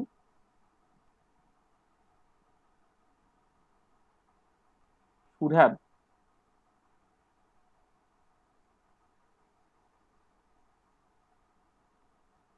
same dipole moment. এই দুটো কম্পাউন্ডের কিন্তু একই ডাইপোল মোমেন্ট হওয়ার কথা, কিন্তু বাস্তবে কিন্তু এদের দুজনের একই ডাইপোল মোমেন্ট হচ্ছে না। দিস ইম্পর্টেন্ট, যে বাস্তবে কিন্তু এদের দেখা যাচ্ছে যে একই ডাইপোল মোমেন্ট হচ্ছে না, মানে অনেকটা তফাৎ। মানে যেখানে ধরো মিউ ফর, যদি তুমি CH3Cl, হ্যাঁ CH3Cl, তার dipole মোমেন্টটা 1.87 ডিবাই,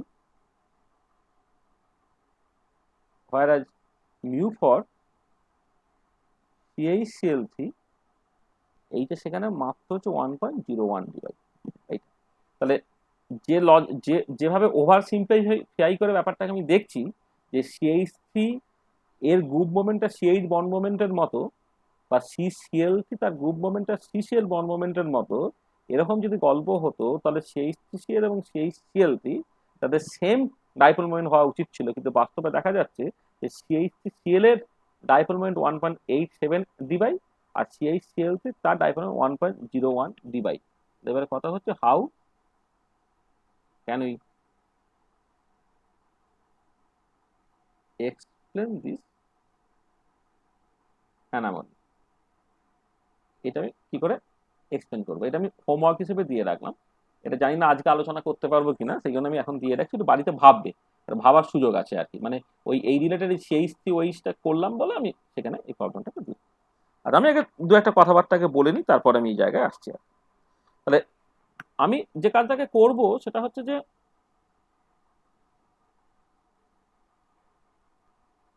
percent of ionic character তার সঙ্গে ডাইপোল মোমেন্টের কি সম্পর্ক আছে সেটা একটুখানি দেখে নিতে চাই।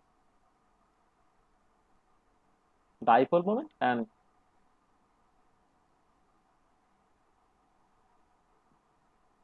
percentage of ionic character। আচ্ছা দেখো, আমরা সকল অনেক কম্পাউন্ডকে আয়নিক কম্পাউন্ড বলে, অনেক কম্পাউন্ডকে যে কোভ্যালেন্ট কম্পাউন্ড বলি। তো যখন আমি আয়নিক কম্পাউন্ড বলছি, আয়নিক কম্পাউন্ডের ক্ষেত্রে তুমি অ্যাজিভ মনে করছো যে ইলেকট্রনটা পুরোপুরি শেয়ার হয়ে গেছে। তাহলে আয়নিক কম্পাউন্ড যদি আমি একটা এক্সাম্পল হিসেবে দেখি, ধরো আজকাল যেমন সোডিয়াম ক্লোরাইড যখন কনসিডার করলাম, সোডিয়াম ক্লোরাইড যখন আমি কনসিডার করছি, এটা অ্যাকচুয়ালি কি বলা হচ্ছে না, সোডিয়াম সে বেসিক্যালি একটা ইলেকট্রন ক্লোরিনকে পুরোপুরি দিয়ে দিয়েছে, করে ক্লোরিন মাইনাস তৈরি হচ্ছে, এবং এদের মধ্যে লেসে একটা ডিস্টেন্স আছে, এবং এই ডিস্টেন্সটা অবশ্যই গ্যাস ফেজে যা হবে, সলিউশন ফেজে আলাদা হবে, ক্রিস্টালের ক্ষেত্রে আলাদা হবে, এটা মাথায় রাখতে হবে। হ্যাঁ, তাহলে যদি এদের মধ্যে চার্জ সেপার মানে মানে এটা যদি সত্যি সত্যি এরকম হতো যে সোডিয়াম পুরো ইলেকট্রনটাকে ক্লোরিনকে দিয়ে ফেলেছে, মানে যদি এরকম হতো যে if it happens that sodium has donated its electron to chlorine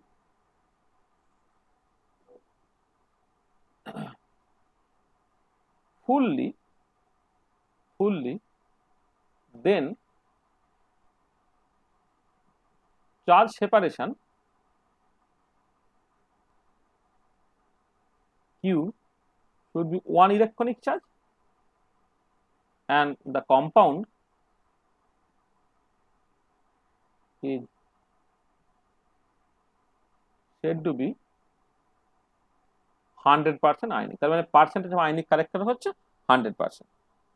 ঠিক আছে, কিন্তু বাস্তবে কি হয়, বাস্তবে ঠিক আছে সোডিয়াম ক্লোরাইডটা তুমি ছেড়ে দাও, ধরো আমি HCl এর ক্ষেত্রে অ্যাজ ফর এক্সাম্পল যদি আমি বলি, তাহলে HCl এর ক্ষেত্রে আমি যদি অ্যাকচুয়ালি বলি, তাহলে HCl এর ক্ষেত্রে এরকম সিচুয়েশনটা হচ্ছে না। HCl এর ক্ষেত্রে ঠিক আছে লিকুইড ফেজে হয়তো কিছু এক্সট্রা এনার্জেটিক সুবিধা থেকে যাওয়ার জন্য H+ এবং Cl- এইরকম করেছে ভেঙে যেতে পারে, কিন্তু সলিড ফেজে বা গ্যাস ফেজে HCl ভাঙে না। তার বদলে যেটা হচ্ছে সেটা হচ্ছে যে HCl এর যে বন্ডের ইলেকট্রনটা ক্লোরিন তার নিজের দিকে একটু বেশি টেনে নিয়েছে বলে একটা চার্জ সেপারেশন তৈরি হয়েছে। সেই জন্য যদি দেখো তাহলে ফুললি যদি চার্জ সেপারেশনটা তৈরি হয়ে গিয়ে এখানে একটা ইউনিট পজিটিভ চার্জ, ওখানে একটা ইউনিট নেগেটিভ চার্জ হয়ে যেত, তাহলে ডাইপোল মোমেন্টটা যা হতো, হ্যাঁ, সেইটা হচ্ছে কখন না যখন 100% আয়নিক, সেটা। তার বদলে যদি এরকম হয় যে না, অ্যাকচুয়ালি সিচুয়েশনটা যেমন হয়েছে, আমি বলছি কথা কথা আবার একটু বলি, তাহলে HCl এর ক্ষেত্রে অ্যাকচুয়ালি চার্জ সেপারেশনটা হয় ডেল্টা প্লাস আর ডেল্টা মাইনাস, এরকম ভাবে চার্জ সেপারেশনটা হচ্ছে, ফুল ইলেকট্রনিক চার্জ সেপারেশনটা হচ্ছে না এইটা। তাহলে HCl এর ক্ষেত্রে ডেল্টা প্লাস ডেল্টা মাইনাস এইরকম ভাবে চার্জ সেপারেশনটা হচ্ছে, আর তার বদলে ধরো HCl এর ক্ষেত্রে H+ আর Cl- চার্জ সেপারেশন তৈরি হলো। এই যে ডিস্টেন্সটা, এই যে ডিস্টেন্স ধরো দুজনের ক্ষেত্রে ধরে নাও for the time being D আছে, তাহলে এইখান থেকে তুমি যেটা পাবে সেইটা বেসিক্যালি এইটাই রিয়েলিস্টিক সিচুয়েশন। সেখান থেকে তুমি একটা এক্সপেরিমেন্টাল ডাইপোল মোমেন্ট পাবে, যে এক্সপেরিমেন্টাল ডাইপোল মোমেন্টটা হচ্ছে যদি তোমার এইখানে চার্জ সেপারেশনটা লেসে যদি এই ডেল্টা প্লাস বা ডেল্টা মাইনাসটা কিউ হয় আর কি, হ্যাঁ, তাকে ডিস্টেন্স দিয়ে গুণ করলে, ডিস্টেন্সটাকে গুণ করে তুমি সেখান থেকে এক্সপেরিমেন্টাল ডাইপোল মোমেন্ট একটা পাবে। আর এইখান থেকে একটা থিওরিটিক্যাল থিওরিটিক্যাল ডাইপোল মোমেন্ট মানে হচ্ছে যদি 100% আয়নিক হতো আর কি, তাহলে কি ডাইপোল মোমেন্টটা হতো, মানে এইটা এখানে থিওরিটিক্যাল মানে হচ্ছে assuming that the compound is 100% ionic যদি হতো, তা থিওরিটিক্যাল ডাইপোল মোমেন্টটা কি হতো, মানে একটা ইলেকট্রনিক চার্জ তাকে তোমার ডি দিয়ে গুণ করতে হতো, charge separation one electronic charge, এইখানে হচ্ছে তুমি জাস্ট কতখানি চার্জ সেপারেশন হচ্ছে তাকে ডি দিয়ে গুণ করছো, এখানে হচ্ছে ওয়ান ইলেকট্রনিক চার্জ সেপারেশন যেটা হচ্ছে তাকে তুমি ডি দিয়ে গুণ করছো, এইটা। ঠিক আছে, তাহলে জিনিসটা কি দাঁড়াবে, তাহলে এবারে তোমাকে দেখতে হবে যে HCl এর ক্ষেত্রে বন্ড লেন্থটা কতটা, মানে ডিটা কতটা এক্সপেরিমেন্টালি সেটা তোমার দেখতে হবে। আচ্ছা, এবারে বন্ড লেন্থটা HCl এর ক্ষেত্রে তুমি অনেক রকম ভাবে বের করতে পারো। বন্ড লেন্থ হচ্ছে মাইক্রো স্পেকট্রোস্কোপি করে বন্ড লেন্থ বের করা যেতে পারে, আর অনেক রাস্তা আছে আর কি। মানে ডিটা কেটে মানে চার্জ সেপারেশনটার এক্সপেরিমেন্টাল ভ্যালুটা হয় হচ্ছে 1.275 অ্যাংস্ট্রম হয় এইটা, এইটা। আর এই এক্সপেরিমেন্টাল যে তোমার dipole moment of the HCl molecule সেইটা হয় হচ্ছে 1.04 ডিবাই, এটা আমার আছে। তাহলে এবারে দেখো যে যদি তোমার ওয়ান ইলেকট্রনিক চার্জ সেপারেশনটা হয়, তার মানে 4.8 ইন্টু 10⁻10 ESU, এই হচ্ছে চার্জ সেপারেশন, তাকে ডি দিয়ে গুণ করছো করে 1.275 ইন্টু 10⁻8 সেন্টিমিটার হলো। তাহলে এবারে 4.8 এর সঙ্গে 1.275 গুণ করে ফেলো, গুণ করে যেটা দাঁড়াবে সেটা হচ্ছে তোমার 6.1 এর মতো, 6.1 ডিবাই এর মতো। তাহলে theoretical value of dipole moment হচ্ছে 6.1 ডিবাই, আর এক্সপেরিমেন্টাল ভ্যালু হচ্ছে 1.04 ডিবাই। তার মানে কি হলো, যদি ফুললি আয়নাইজ হয়ে যেত অর্থাৎ 100% আয়নিক ক্যারেক্টার থাকতো, তাহলে ডাইপোল মোমেন্ট এক্সপেক্টেড ছিল এইটা, কিন্তু বাস্তবে ডাইপোল মোমেন্ট হচ্ছে এইটা। সেই জন্য পার্সেন্ট অফ আয়নিক ক্যারেক্টার সেইটা হচ্ছে তোমার experimental dipole moment divided by theoretical dipole moment. Theoretical dipole moment মানে বেসিক্যালি এখানে যেটা বলতে চাইছি যে 100% চার্জ সেপারেশন হয়ে গেছে, সেইটাকে ধরে নিয়ে হচ্ছে ডাইপোল মোমেন্ট, একটা থিওরিটিক্যাল ডাইপোল মোমেন্ট। আমি যেটা আরেকটুখানি এক্সপ্রেসিভলি লিখি যে experimental dipole moment divided by theoretical dipole মোমেন্টটা জাস্ট হচ্ছে তোমার এই 4.8 ইন্টু ধরো কত অ্যাংস্ট্রম তোমার চার্জ সেপারেশনটা হবে আর কি, এইটা। এটা হচ্ছে ডি, ডিটাকে নিতে হবে হচ্ছে ইন অ্যাংস্ট্রমে, এটা ইন অ্যাংস্ট্রমে তুমি নিয়ে নেবে আর কি। হ্যাঁ, নেওয়ার পর যেটা হবে সেটা হচ্ছে থিওরিটিক্যাল, মানে এই যে তুমি দেখো না এখানে চার্জ সেপারেশনটা হচ্ছে এই 10⁻10 ইএসইউ আর 10⁻8 মিলে তো ডিবাই ইউনিট তোমার দিয়ে দিচ্ছে, তাহলে এই অ্যাংস্ট্রমের যে বন্ড লেন্থটা আর তার সঙ্গে হচ্ছে 4.8টা, এটা গুণ করলে তোমার বেসিক্যালি এক্সপেক্টেড বা থিওরিটিক্যাল ডাইপোল মোমেন্টটা তুমি পেয়ে যাবে। তাকে অ্যাকচুয়ালি 100 দিয়ে গুণ করলে, 100 দিয়ে গুণ করলে তোমার পার্সেন্টেজ অফ আইনিক ক্যারেক্টার এখান থেকে বেরিয়ে যাবে। 100 দিয়ে গুণ করলে, 100 দিয়ে গুণ করলে তোমার পার্সেন্টেজ অফ আইনিক ক্যারেক্টার বেরিয়ে যাবে। ঠিক আছে, তাহলে বোঝা গেল যে পার্সেন্টেজ অফ আইনিক ক্যারেক্টার তুমি কি করে ক্যালকুলেট করবে। তাহলে দেখো আমি আবার বলছি, তোমাকে বলে দেবে যে মানে ডিস্টেন্সটা কতটা বা বন্ড লেন্থটা কতটা, সেই বন্ড লেন্থটাকে ধরে নিয়ে 100% যদি চার্জ সেপারেশনটা হতো বা 100% আয়নিক কম্পাউন্ড যদি হতো, তাহলে চার্জ সেপারেশনটা 1 ইলেকট্রনিক চার্জ, সেটা তুমি ধরে নেবে। ধরে নিয়ে তুমি থিওরিটিক্যাল ডাইপোল মোমেন্টটাকে ক্যালকুলেট করে নেবে। আর এক্সপেরিমেন্টাল যে ডাইপোল মোমেন্টটা, সেই এক্সপেরিমেন্টাল ডাইপোল মোমেন্টটা অনেক ক্ষেত্রে তোমার সরাসরি দেওয়া থাকে। যদি সরাসরি না দেওয়া থাকে, তাহলে তোমার অ্যাকচুয়ালি সত্যি HCl বা এই ধরনের মলিকুলের ক্ষেত্রে কতখানি চার্জ সেপারেশন হয়েছে তোমার বলে দেবে। সেই চার্জ সেপারেশন সেইখানের সঙ্গে এই বন্ড লেন্থটাকে গুণ করে তুমি এক্সপেরিমেন্টাল বন্ড মানে ডাইপোল মোমেন্টটাকে, এক্সপেরিমেন্টাল যে ডাইপোল মোমেন্টটা ক্যালকুলেট করে নিতে পারো। বা যদি ডাটাটা বলে দেওয়া থাকে তো ভালোই, তাকে তুমি ভাগ করছো যে theoretical dipole moment, calculated dipole moment, তাকে 100 দিয়ে গুণ করে দেবে, তাহলে পার্সেন্টেজ অফ আয়নিক ক্যারেক্টারটা তোমার বেরিয়ে যাবে। বোঝা গেল কিভাবে তুমি করবে জিনিসটা। এবং এখানে একটা কথা বলে নিই, সেটা হচ্ছে যে NaCl বা পটাশিয়াম ক্লোরাইড বা লিথিয়াম ক্লোরাইড, এই যে কম্পাউন্ডগুলো যেগুলোকে অ্যাপারেন্টলি তোমার 100% আয়নিক বলে মনে হয়, তারা কিন্তু 100% আয়নিক নয়। হ্যাঁ, তুমি অ্যাকচুয়ালি যদি সত্যি ক্যালকুলেট করে দেখো, তাহলে দেখবে যে ঠিক আছে, হ্যাঁ তার ক্ষেত্রে হয়তো 70%, 80%, 90% আয়নিক ক্যারেক্টার আছে, কিন্তু এটা কোনো রকমভাবেই কিন্তু 100% আয়নিক নয়। এটা খালি মাথায় রাখবে। ঠিক আছে, তাহলে বোঝা গেল পার্সেন্টেজ অফ আয়নিক ক্যারেক্টার কি করে ক্যালকুলেট করতে হয়।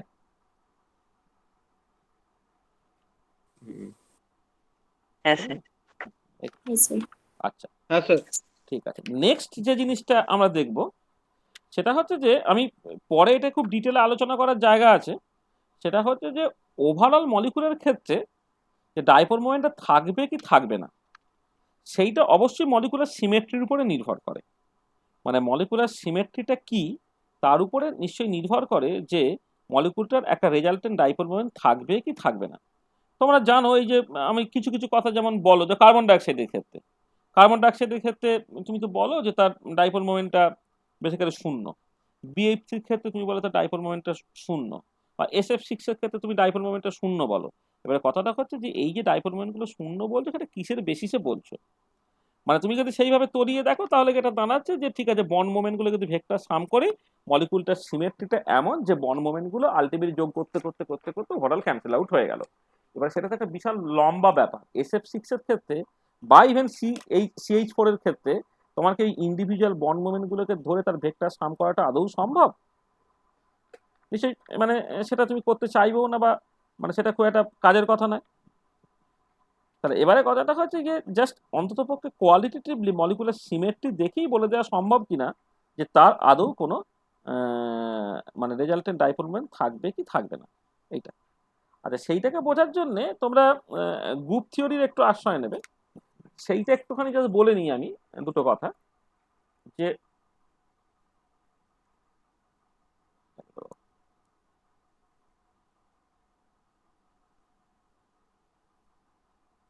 ধরো যদি আমি সিমেট্রি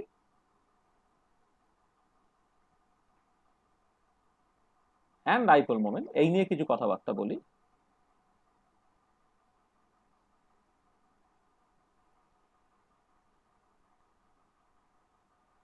আচ্ছা, ধরো আমি কথা বলছি কার্বন ডাইঅক্সাইড, এর ডাইপোল মোমেন্ট কত? 0 তো? কেন কেন ডাইপোল 0 কেন বলো? সিমেট্রি রয়েছে দুদিকে একইভাবে তো। হ্যাঁ, মানে কি বলতে চাইছো যে এর একটা বন্ড মোমেন্ট আছে এইদিকে কাজ করছে, এর একটা বন্ড মোমেন্ট আছে একদিকে কাজ করছে, তাহলে দুটো সেম ভেক্টর, এটাও মিউ এটাও মিউ, তাদের মধ্যে অ্যাঙ্গেল যেটা 180°, তাই তো? এবার তুমি রেজাল্টেন্টটা নাও।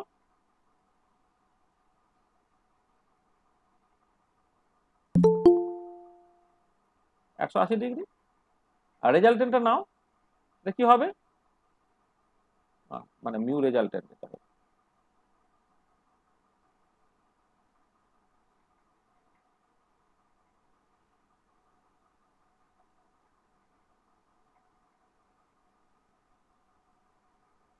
এটা কি হবে? সেম ভেক্টর যেহেতু মিউটা বাইরে রেখে দিচ্ছি, 2 ইন্টু 1 প্লাস কস থিটা ছিল না? কি রে? হ্যাঁ স্যার।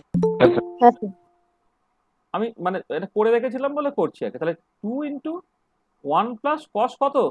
180°। কস 180° ভ্যালু কত? -1। -1। 1 - 1 হয়ে গেল, তাহলে জিনিসটা কত বেরিয়ে গেল? 0 বেরিয়ে গেল। তা তুমি ভেক্টর সাম করে করতে পারছো।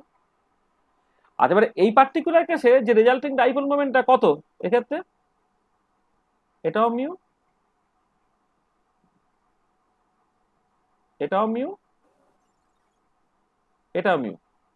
এই ডাইপোল মোমেন্ট কত হবে বলো? 0 হবে। আচ্ছা, জিরোটাকে তুমি কিভাবে দেখবে? তাকে এর যখন রেজাল্টিংটাকে করতে হবে, এই দুটো ভেক্টর যোগ করতে হবে প্রথমে। এবার এদের মধ্যে অ্যাঙ্গেলটা 120° তো। তাহলে প্রথম কথা হচ্ছে যে এই যে দুটো ভেক্টর, মানে এই যে ধরো এই এই একটা পয়েন্ট থেকে এই একটা ভেক্টর কাজ করছে, এই একটা ভেক্টর কাজ করছে, আর এই একটা ভেক্টর কাজ করছে। আর এই দুটোকে তোমার জাস্ট প্রথমে যোগ করে নিতে হচ্ছে।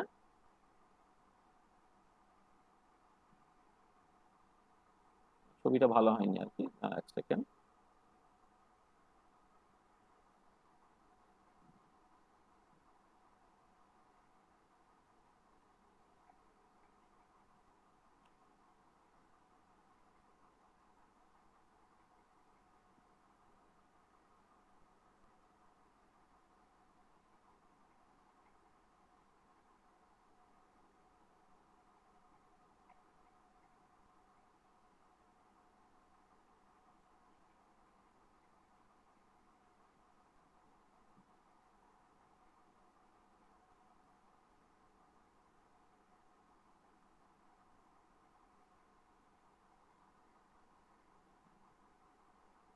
এই একটা ভেক্টর, এই একটা ভেক্টর, এই একটা ভেক্টর, এটাও মিউ, এটাও মিউ, এটাও মিউ।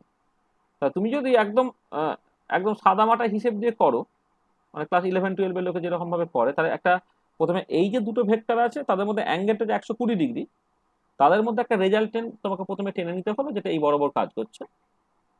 এই অ্যাঙ্গেলটা 120°। তাহলে এই যে ভেক্টরটা, এই ভেক্টরটাকে যদি তুমি মিউ প্রাইম বা কিছু একটা বলো, তো সেটা কত হবে?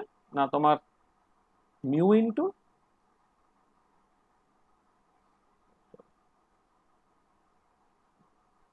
এটা হবে মিউ ইন্টু √2 ইন্টু 1 প্লাস কস 120°। তাই তো? বলো কস 120° ভ্যালু কত? -1/2। -1/2। তাহলে কত বেরোলো এটা? মিউ বেরোলো নাকি? মিউ বেরোবে। হ্যাঁ। আর এবারে দেখো এই এটা আমি অ্যাঙ্গেলটা যদি বের না করিও, তাহলে আমি এইটুকু অন্তত বুঝতে পারছি যে এই এই দুটোর মাঝখান দিয়ে এটা কাজ করছে। আর দেখো এটাও মিউ, এটাও মিউ, কিন্তু অপোজিট ডিরেকশনে কাজ করছে। ওভারঅল যখন মিউ রেজাল্টেন্টটাকে ক্যালকুলেট করছো তুমি, ওভারঅল যখন রেজাল্টেন্ট মিউটাকে ক্যালকুলেট করছো, রেজাল্টেন্ট সেটা কি হচ্ছে না, এই দুটো ভেক্টর থেকে যে মিউটা পেলে আর যে মিউটা, তারা একে অপরের উল্টো দিকে কাজ করছে, সেটা থেকে এটা 0 হয়ে যায়। তাহলে এইরকম করে তোমাকে জাস্ট অঙ্ক কষে কষে কষে কষে দেখাতে হবে। এবং অবভিয়াসলি এই যে কষার জায়গাগুলো, সেইগুলো না হয় এই দুটো যে কেস আমি কনসিডার করলাম, এই দুটো কেসের ক্ষেত্রে ব্যাপারটা খুব সহজে হয়ে গেল। আজকে আমি যদি তোমাকে এই কেসটাকে কষতে বলি, ক্লোরিন ক্লোরিন, এই ধরো এই যে এদের মধ্যে যে অ্যাঙ্গেলটা, এটাকে তুমি থিটা বলো। থিটাটা হচ্ছে এই সিমেট্রিকের কেসে 109°28' মতো অ্যাঙ্গেল আর কি। হ্যাঁ, এইটা। তাহলে এই পার্টিকুলার কেসেও তুমি ঠিক একই রকম ভাবে, যদি অঙ্কটা তোমার পক্ষে কষা সম্ভব হয়, তাহলে তুমি বলে দিতে পারবে যে মিউ রেজাল্টেন্টটা 0 হবে, মিউ রেজাল্টেন্টটা 0 হবে। বা তোমার SF6 যখন তুমি কনসিডার করছো,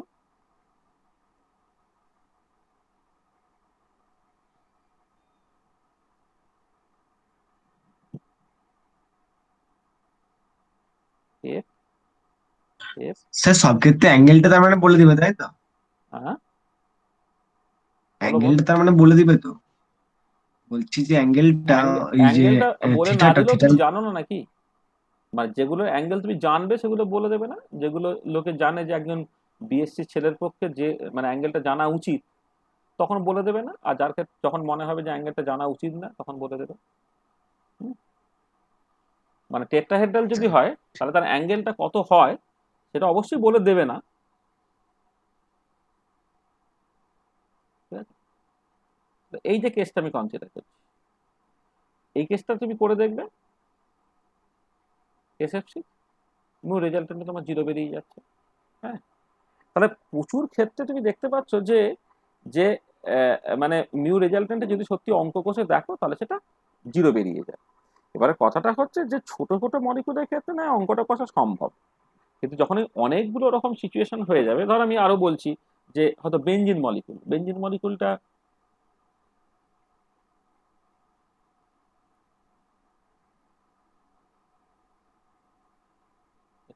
এবারে এইখানে তোমার কথাটা হচ্ছে যে হাইড্রোজেন গুলো কিন্তু আছে, sorry sorry sorry, hydrogen hydrogen গুলো কিন্তু তোমার আছে।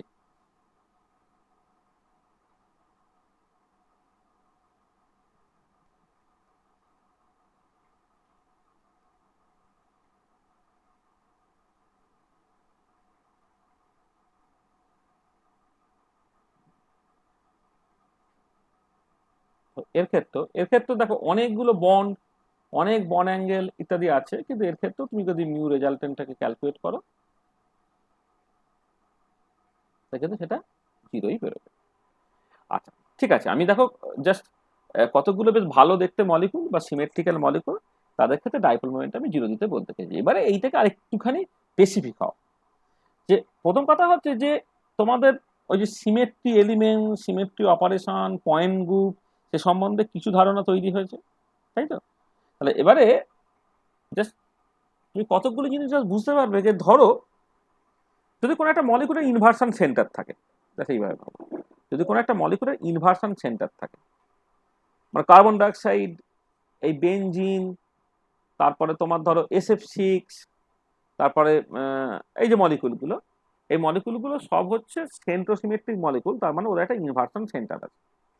আর এবারে ইনভার্সন সেন্টার যদি থাকে তাহলে কি হয়, দেখো তুমি থ্রি ডাইমেনশনের ব্যাপারটাকে যদি দেখি, তাহলে এটা এক্স অ্যাক্সিস, এটা ওয়াই অ্যাক্সিস, এটা জেড অ্যাক্সিস। তাহলে একটা মলিকুলের ইনভার্সন সেন্টার আছে, তাহলে এই পার্টিকুলার পয়েন্টটা, ধরো এই পার্টিকুলার পয়েন্টটা, এর কোঅর্ডিনেট যদি আমার plus X plus Y plus Z হয় এইটা, তাহলে ইনভার্সন সেন্টার থাকা মানে হচ্ছে তোমার বেসিক্যালি, একটুখানি একটু নিচে আঁকি এটা,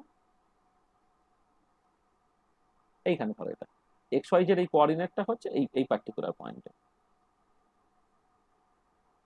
এইটা। তাহলে এবারে মলিকুলার স্ট্রাকচারটা এমন হতে হবে যাতে করে, যে তোমার আর একটা আইডেন্টিক্যাল পয়েন্ট তুমি পাবে যার কোঅর্ডিনেটটা হবে minus X minus Y minus Z. তার মানে একটা মলিকুল, যে মলিকুলটা তুমি সেন্ট্রোসিমেট্রিক বলে দাবি করছো, তার ক্ষেত্রে যেটা তুমি দেখতে পাবে সেটা হচ্ছে এরকম, যে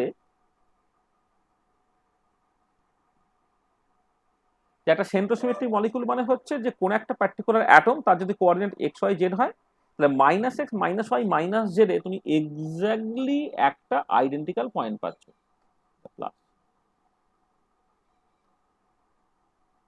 হ্যাঁ, plus X plus Y plus Z যদি একটা পয়েন্টের কোঅর্ডিনেট হয়, তাহলে minus X minus Y minus Z হবে আর একটা পার্টিকুলার পয়েন্টের কোঅর্ডিনেট। এই প্রত্যেকটা ক্ষেত্রেই কিন্তু তাই।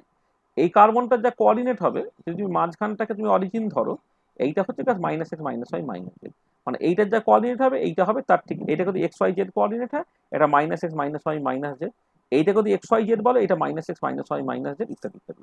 কার্বন ডাইঅক্সাইড সিম্পলেস্ট এক্সাম্পল, এই অক্সিজেনের কোঅর্ডিনেট যদি তুমি বলো যে এক্স ওয়াই জেড, তাহলে এই অক্সিজেনের কোঅর্ডিনেট হবে minus X minus Y minus Z. তাহলে এই যে পার্টিকুলার কেসগুলোতে কিন্তু যেটা হবে যে এই মলিকুলগুলোকে বলে সেন্ট্রোসিমেট্রিক মলিকুল। তাহলে ফর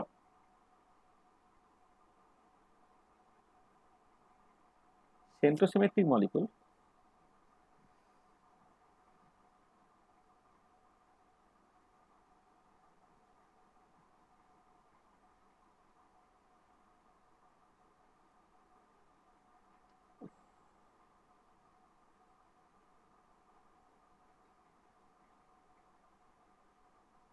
এটা বলছি না, কি রে বাবা, দেখো ফর সেন্ট্রোসিমেট্রিক মলিকুল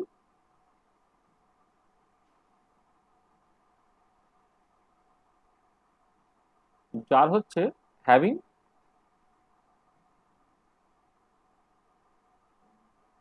ইনভার্সন সেন্টার, তার ডাইপোল মোমেন্টটা 0 হতে বাধ্য। কেন বাধ্য?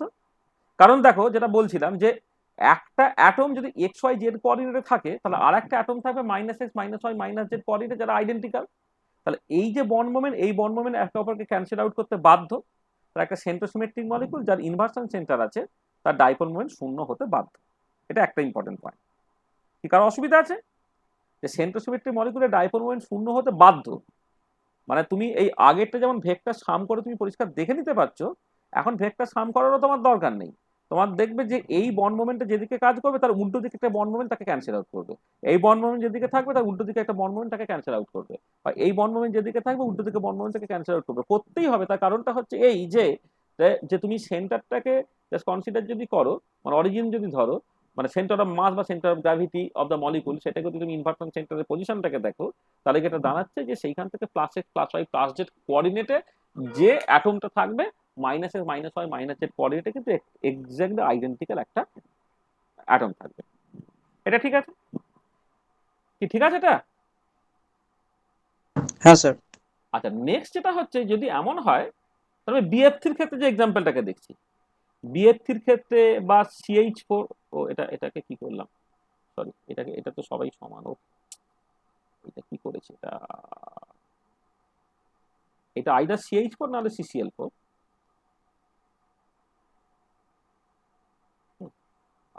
আইদার CCl4 অথবা CH4।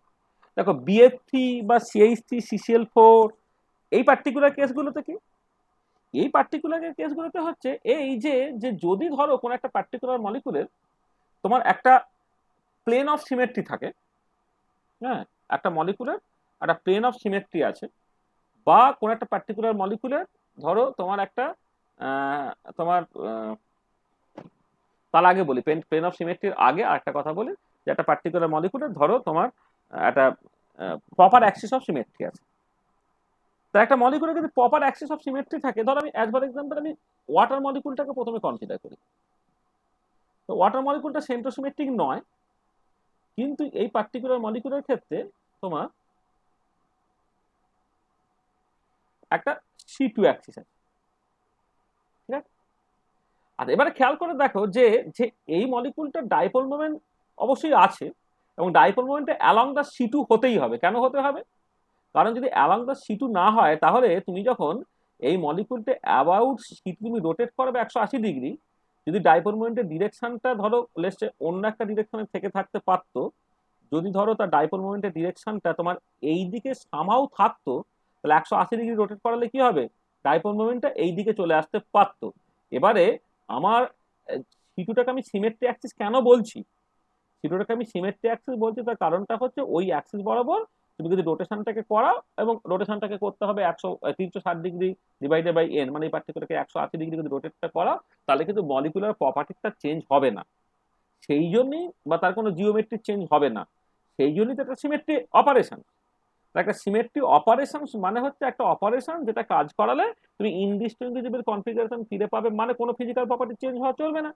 তাহলে এবারে C2 বরাবর তুমি যখন রোটেট করাচ্ছ, তখন দেখো এই যে এই লাইনের উপরে যারা আছে তারা বাদ দিয়ে সবাই জাস্ট ইন্টারচেঞ্জ হয়ে যাবে। তাহলে এই দিকে যদি ডাইপোল মোমেন্টটা থাকে, এখন ডাইপোল মোমেন্ট এই দিকে চলে যাবে, তার মানে দেখো তুমি জাস্ট রোটেট করালে তুমি বলছো ইনডিস্টিংগুইজেবল কনফিগারেশন ফিরে পাবে, কোনো প্রপার্টি চেঞ্জ হওয়া চলবে না, কিন্তু দেখা গেল কি প্রপার্টিটা চেঞ্জ হয়ে গেল, তার প্রপার্টি কিন্তু চেঞ্জ হয়ে গেলে তাহলে চলবে না।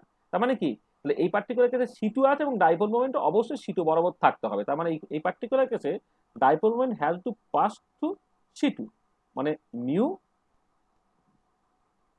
মাস্ট লাই অ্যালং C2 এই পার্টিকুলার কেসে। আর এবারে যেটা হচ্ছে যে যদি তোমার অ্যামোনিয়ার ক্ষেত্রে ঠিক একই রকমের সিচুয়েশন হবে। অ্যামোনিয়ার ক্ষেত্রে যদি তুমি দেখো এইচ এইচ এইচ এর একটা C3 আছে এবং ডাইপোল মোমেন্ট অবশ্যই C3 বরাবর যেতে হবে। তাহলে ফর ওয়াটার এটা, ফর ওয়াটার এইটা হতে হবে। ফর অ্যামোনিয়া যদি তুমি দেখো ডাইপোল মোমেন্ট আছে আর মাস্ট লাই অ্যালং C3। কিন্তু প্রবলেমটা হচ্ছে যখন তুমি CH4 ভাবছো, CH4 বা CCl4 যখন তুমি ভাবছো, আর এর ক্ষেত্রে তো তোমার 4টে C3 আছে। চারটে যদি C3 থাকে তাহলে তোমাকে ডাইপোল মোমেন্টে এই বরাবর কাজ করাতে হচ্ছে।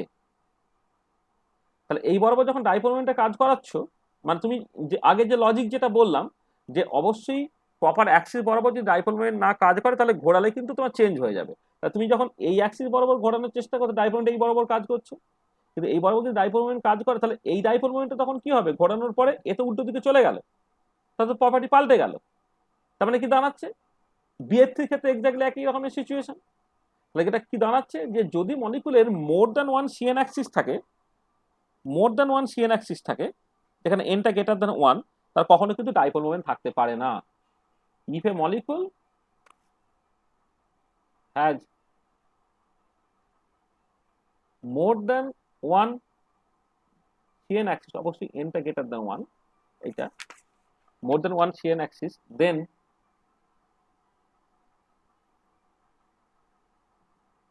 this molecule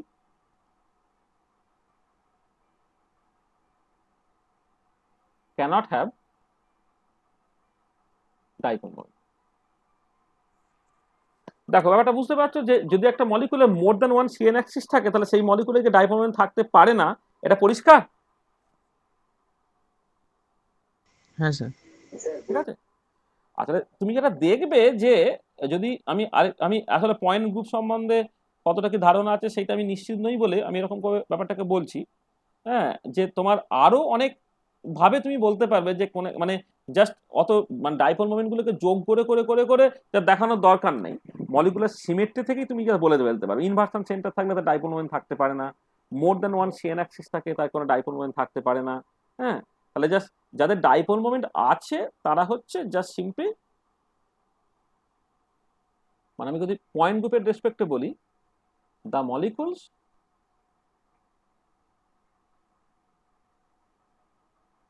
belonging to the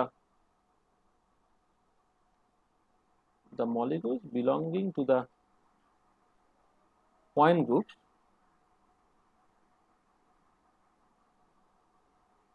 এই CN, CNV and CS এইটা can have non-zero dipole moment. যে সমস্ত মলিকুল CN বা CNV বা CS এই তিনটে পয়েন্ট গ্রুপের মধ্যে বিলং করছে তাদের মধ্যে ডাইপোল মোমেন্ট হবে। আর অবশ্যই খেয়াল রাখবে যদি CN বা CNV এই পয়েন্ট গ্রুপের মধ্যে বিলং করে তাহলে হচ্ছে প্রপার অ্যাক্সিস, যেটা সেই অ্যাক্সিস বরাবর ডাইপোল মোমেন্টটা কাজ করবে। তাহলে if the molecule belongs to CN or CNV point group,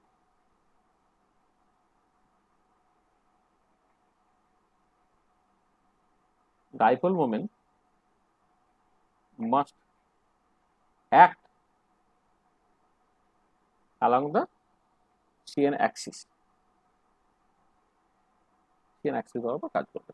তাহলে অন্য কোনো পয়েন্ট গ্রুপ হলে কিন্তু তাদের কখনো তোমার ডাইপোল মোমেন্ট থাকতে পারবে না। ঠিক আছে, জাস্ট দেখো তাহলে তোমার যদি পয়েন্ট গ্রুপ সম্বন্ধে একটা ভালো ধারণা থাকে, কোনো মলিকুলটা কোন পয়েন্ট গ্রুপে বিলং করছে সেটা সম্বন্ধে তোমার একটা পরিষ্কার ধারণা থাকে, সেইখান থেকে কিন্তু তুমি বলে দিতে পারবে যে তারা কিন্তু ডাইপোল মোমেন্ট থাকতে পারে কি পারে না। হ্যাঁ, তাহলে আরো অনেক পয়েন্ট গ্রুপ আছে, 15টা পয়েন্ট গ্রুপ ইউজুয়ালি লোকে ভাবে, তার মধ্যে 3টে বাদ দিয়ে বাকি পয়েন্ট গ্রুপে যে সমস্ত মলিকুল বিলং করবে তাদের কিন্তু তুমি দেখবে তাদের কোনো ডাইপোল মোমেন্ট থাকবে না।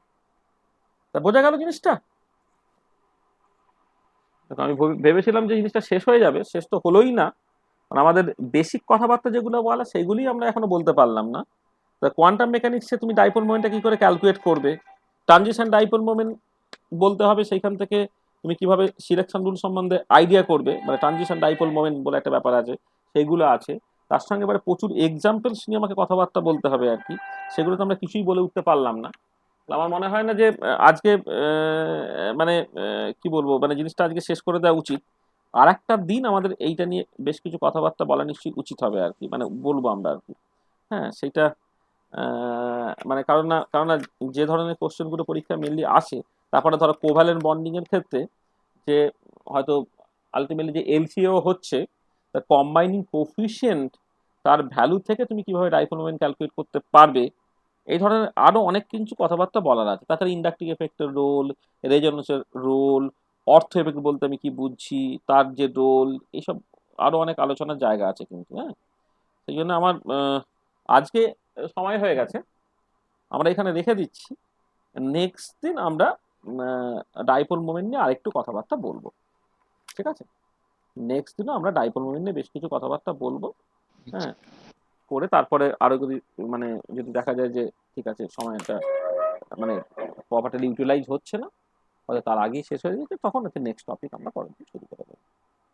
দেখো যা বলেছি তাতে এখন পর্যন্ত যেটা বলেছি সেই পর্যন্ত পরিষ্কার কিনা।